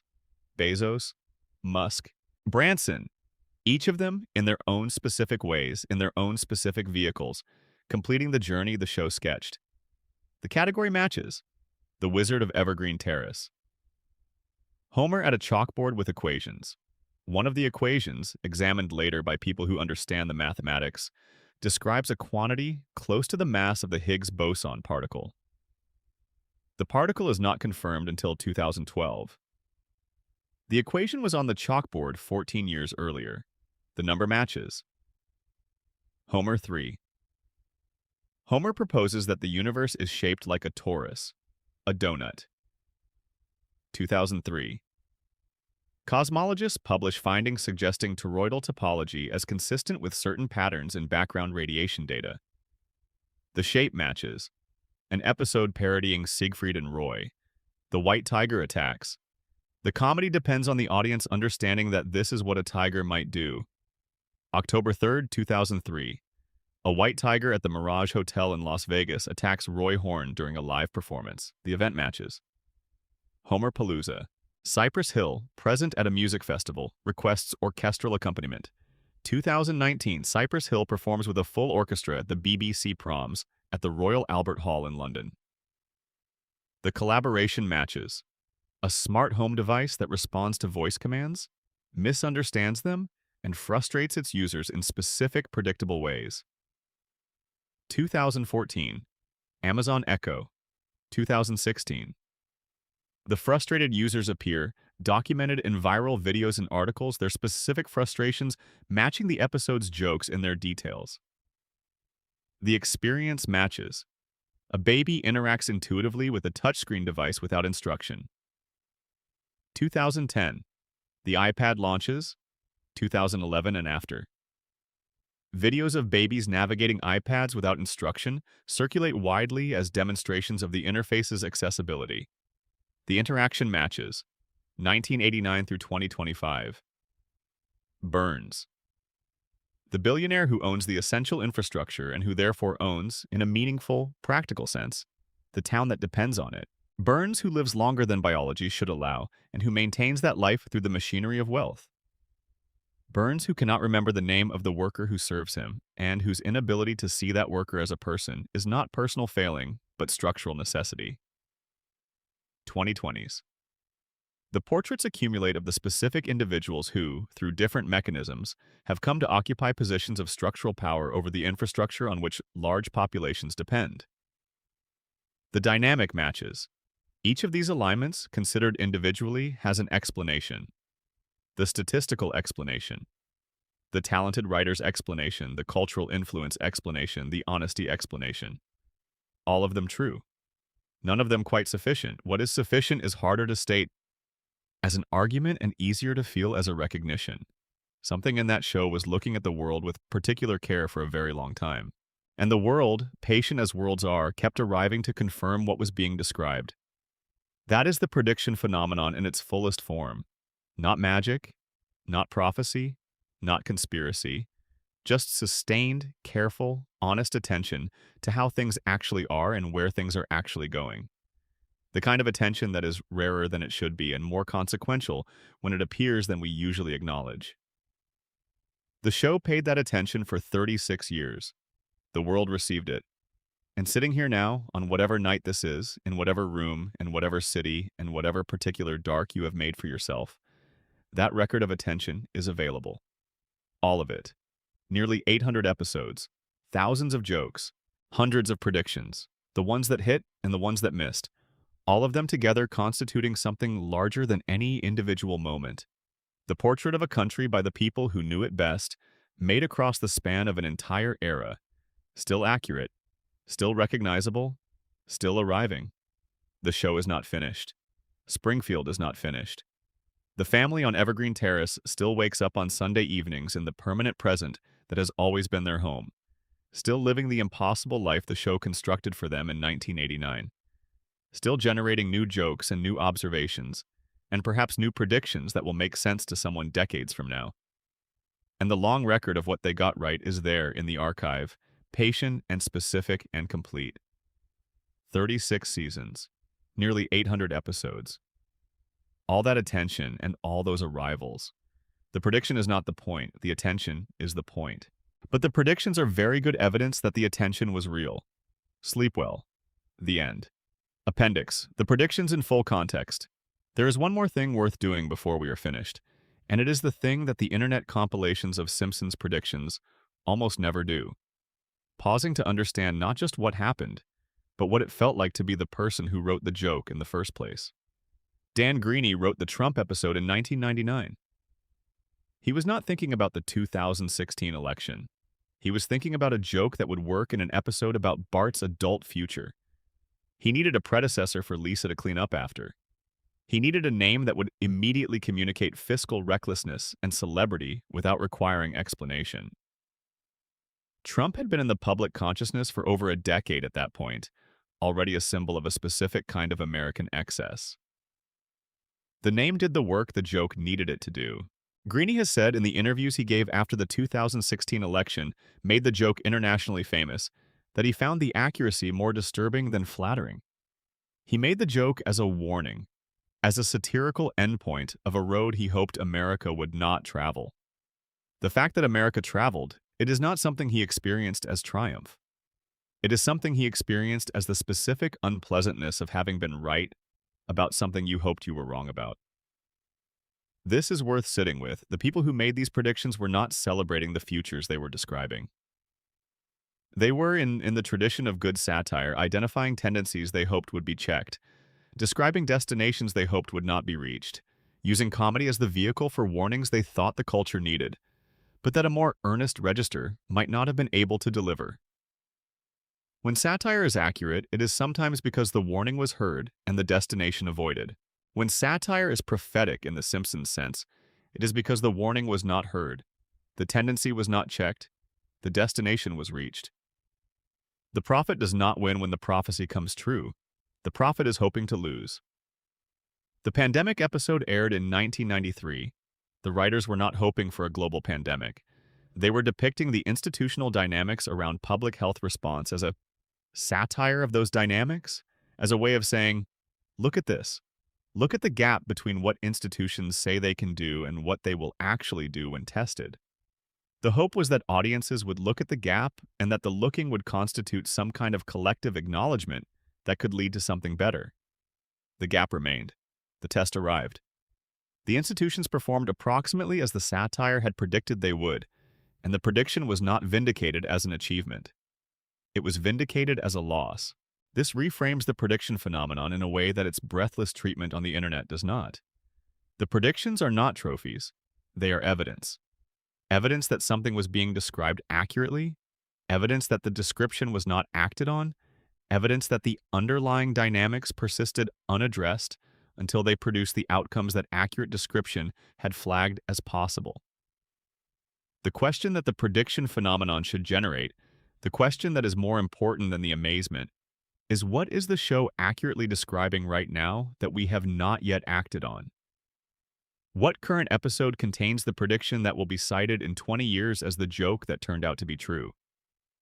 What is being shown to us in the form of comedy because that is the only form in which we can be reached? What warning is being delivered in the voice of a cartoon because a more earnest voice would not be listened to? These are the questions the predictions should prompt, not wonder at accuracy already demonstrated. Attention to accuracy currently being offered. The show is still going, it is still watching, it is still making jokes that are observations, still depicting things as they actually are, still following the logic of situations to conclusions that are uncomfortable and framing those conclusions as comedy so that the culture can receive them without flinching. Some of what it is depicting now will look prophetic in 20 years. The question worth asking, quietly, in the dark, before sleep takes over, and the predictions settle into whatever part of the mind holds the things that matter without knowing why they matter, is which part of the current show is the part that is most accurate. That is the prediction that is most worth paying attention to. That is the joke that most deserves to be taken seriously. That is the Springfield that is closest to your town. And that, in the end, is why the show keeps going. Not because the writers are prophets, because the world the show is depicting keeps requiring depiction, keeps generating the same dynamics and the same gaps, and the same distance between official narrative and underlying reality that the show has been documenting assigning since 1989. As long as there is a Springfield, there will be something to describe. As long as there is something to describe honestly, the descriptions will keep arriving ahead of the events. As long as the events keep arriving, people will keep watching old episodes in new context and feeling that particular sensation of recognition, that particular quality of seeing something they have seen before, that particular strange comfort of a world that was described before it existed. That is the loop. That is how The Simpsons keeps doing this. That is the answer. Finally, fully, in whatever form the answer takes, at the end of a long night in a dark room in whatever city you are in, wherever that is, wherever Springfield is tonight, good night. Coda, the town that stays. It is worth ending, as most honest things end, with something simple. The show is about a family. Everything else, the predictions, the satire, the social commentary, the celebrity guests, the elaborate plots, the alternate timelines, and the flash forwards in the Treehouse of Horror specials, all of it is the architecture around the family. The family is the thing that is being protected by the architecture. Homer and Marge met as teenagers. They have been together since the first episode, and they will be together in whatever episode airs last, whenever that is, in whatever year the show finally makes its ending or is ended for it. Their marriage is not perfect. No marriage that has been depicted for 36 years in front of hundreds of millions of viewers could be perfectly depicted and remain honest. The marriage is imperfect in specific ways, Homer's ways and Marge's ways, and the specific ways that arise from the combination of those two particular imperfect people in that particular house, in that particular impossible town. But the marriage persists. Through every disaster and every reset and every episode that requires things to go as wrong as they can go before they are put right again, the marriage persists. Not through the absence of strain, but through the specific endurance that is the actual structure of a lasting marriage. The repeated choice made again and again in different circumstances and different moods and different levels of patience. To remain. Marge chooses Homer. This is the most consistent thing in the show. Across every variation, every episode where Homer does something that should end the marriage and doesn't. Every moment where the audience expects the reasonable consequence and receives instead the surprising grace. Marge chooses Homer. Not because he deserves it in any accounting-based sense, not because the balance of evidence recommends it, but because she has decided, in the deepest part of her character, that this is who she is choosing, and that the choosing does not require justification to recur. This is what the show predicts, if you want to call it prediction, about love. That it is a practice rather than a state. That it requires the recurring choice rather than the single declaration. That the sustainability of it depends not on the absence of reasons to stop, but on the presence of something that continues to motivate the start again. Homer loves Marge with a simplicity that is both his greatest vulnerability and his most reliable characteristic. He is not complicated in his love. He does not love strategically or conditionally or with elaborate emotional management. He loves in the way that uncomplicated people love, which is to say, completely and persistently and without sophisticated processing of what the love is costing him or whether it is being adequately reciprocated or whether there is a better allocation of his emotional resources available. He just loves her. He has always loved her. He will love her in whatever episode airs last. The children, too. Bart and Lisa and Maggie will always be their specific ages in their specific ways, and the specific ways each of them is a child will persist beyond any reasonable expectation, because the show requires their persistence and because the audience has accepted the requirement. But what is not fictional about the children, what remains honest and accurate in the depiction, is the texture of being a child in a family. The specific dynamic between siblings who love each other in ways they cannot yet articulate and compete with each other in ways they do not yet understand. The specific relationship between a child and a parent that is always partly the child seeing the parent clearly and partly the child projecting onto the parent. Whatever the child needs the parent to be, the specific experience of growing up in a household where the adults are doing their imperfect best, and the imperfect best is, in the end, enough.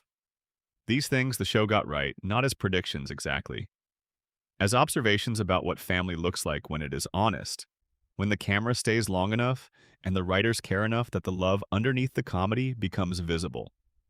And because the observations are honest, they remain accurate. The world has not changed enough in 36 years to make the portrait of family the show offers obsolete. The specific technology has changed. The specific cultural references have changed. The specific external pressures on the family have changed in specific ways. But the underlying structure, the love and the imperfection and the persistence and the choosing again, this has not changed. It will not change. The show will end when it ends. Everything does. The last episode will air and the couch gag will play for the last time, and the credits will roll on a family that has been together for longer than any real family stays together, that has survived everything the writers could imagine putting them through, that has remained against every probability and every narrative logic that argues for change and consequence and growth, exactly what they were. When that ending comes, whatever form it takes, it will be the last prediction the show makes. The prediction that something can be loved for long enough that the loving becomes its own justification, that a family can be watched for long enough that the watching becomes its own relationship. that Springfield can exist for long enough that the impossibility of its existence stops being an objection and becomes simply part of what Springfield is. That prediction, the simplest and most personal one, has been accurate every year since 1989. It will remain accurate for as long as the show runs. And after, because that is what honest things do. They outlast the specific moments that called them into being. They remain recognizable after the technology has changed, and the politics have changed, and the specific cultural references have dated, and the predictions have been confirmed or refuted or simply forgotten.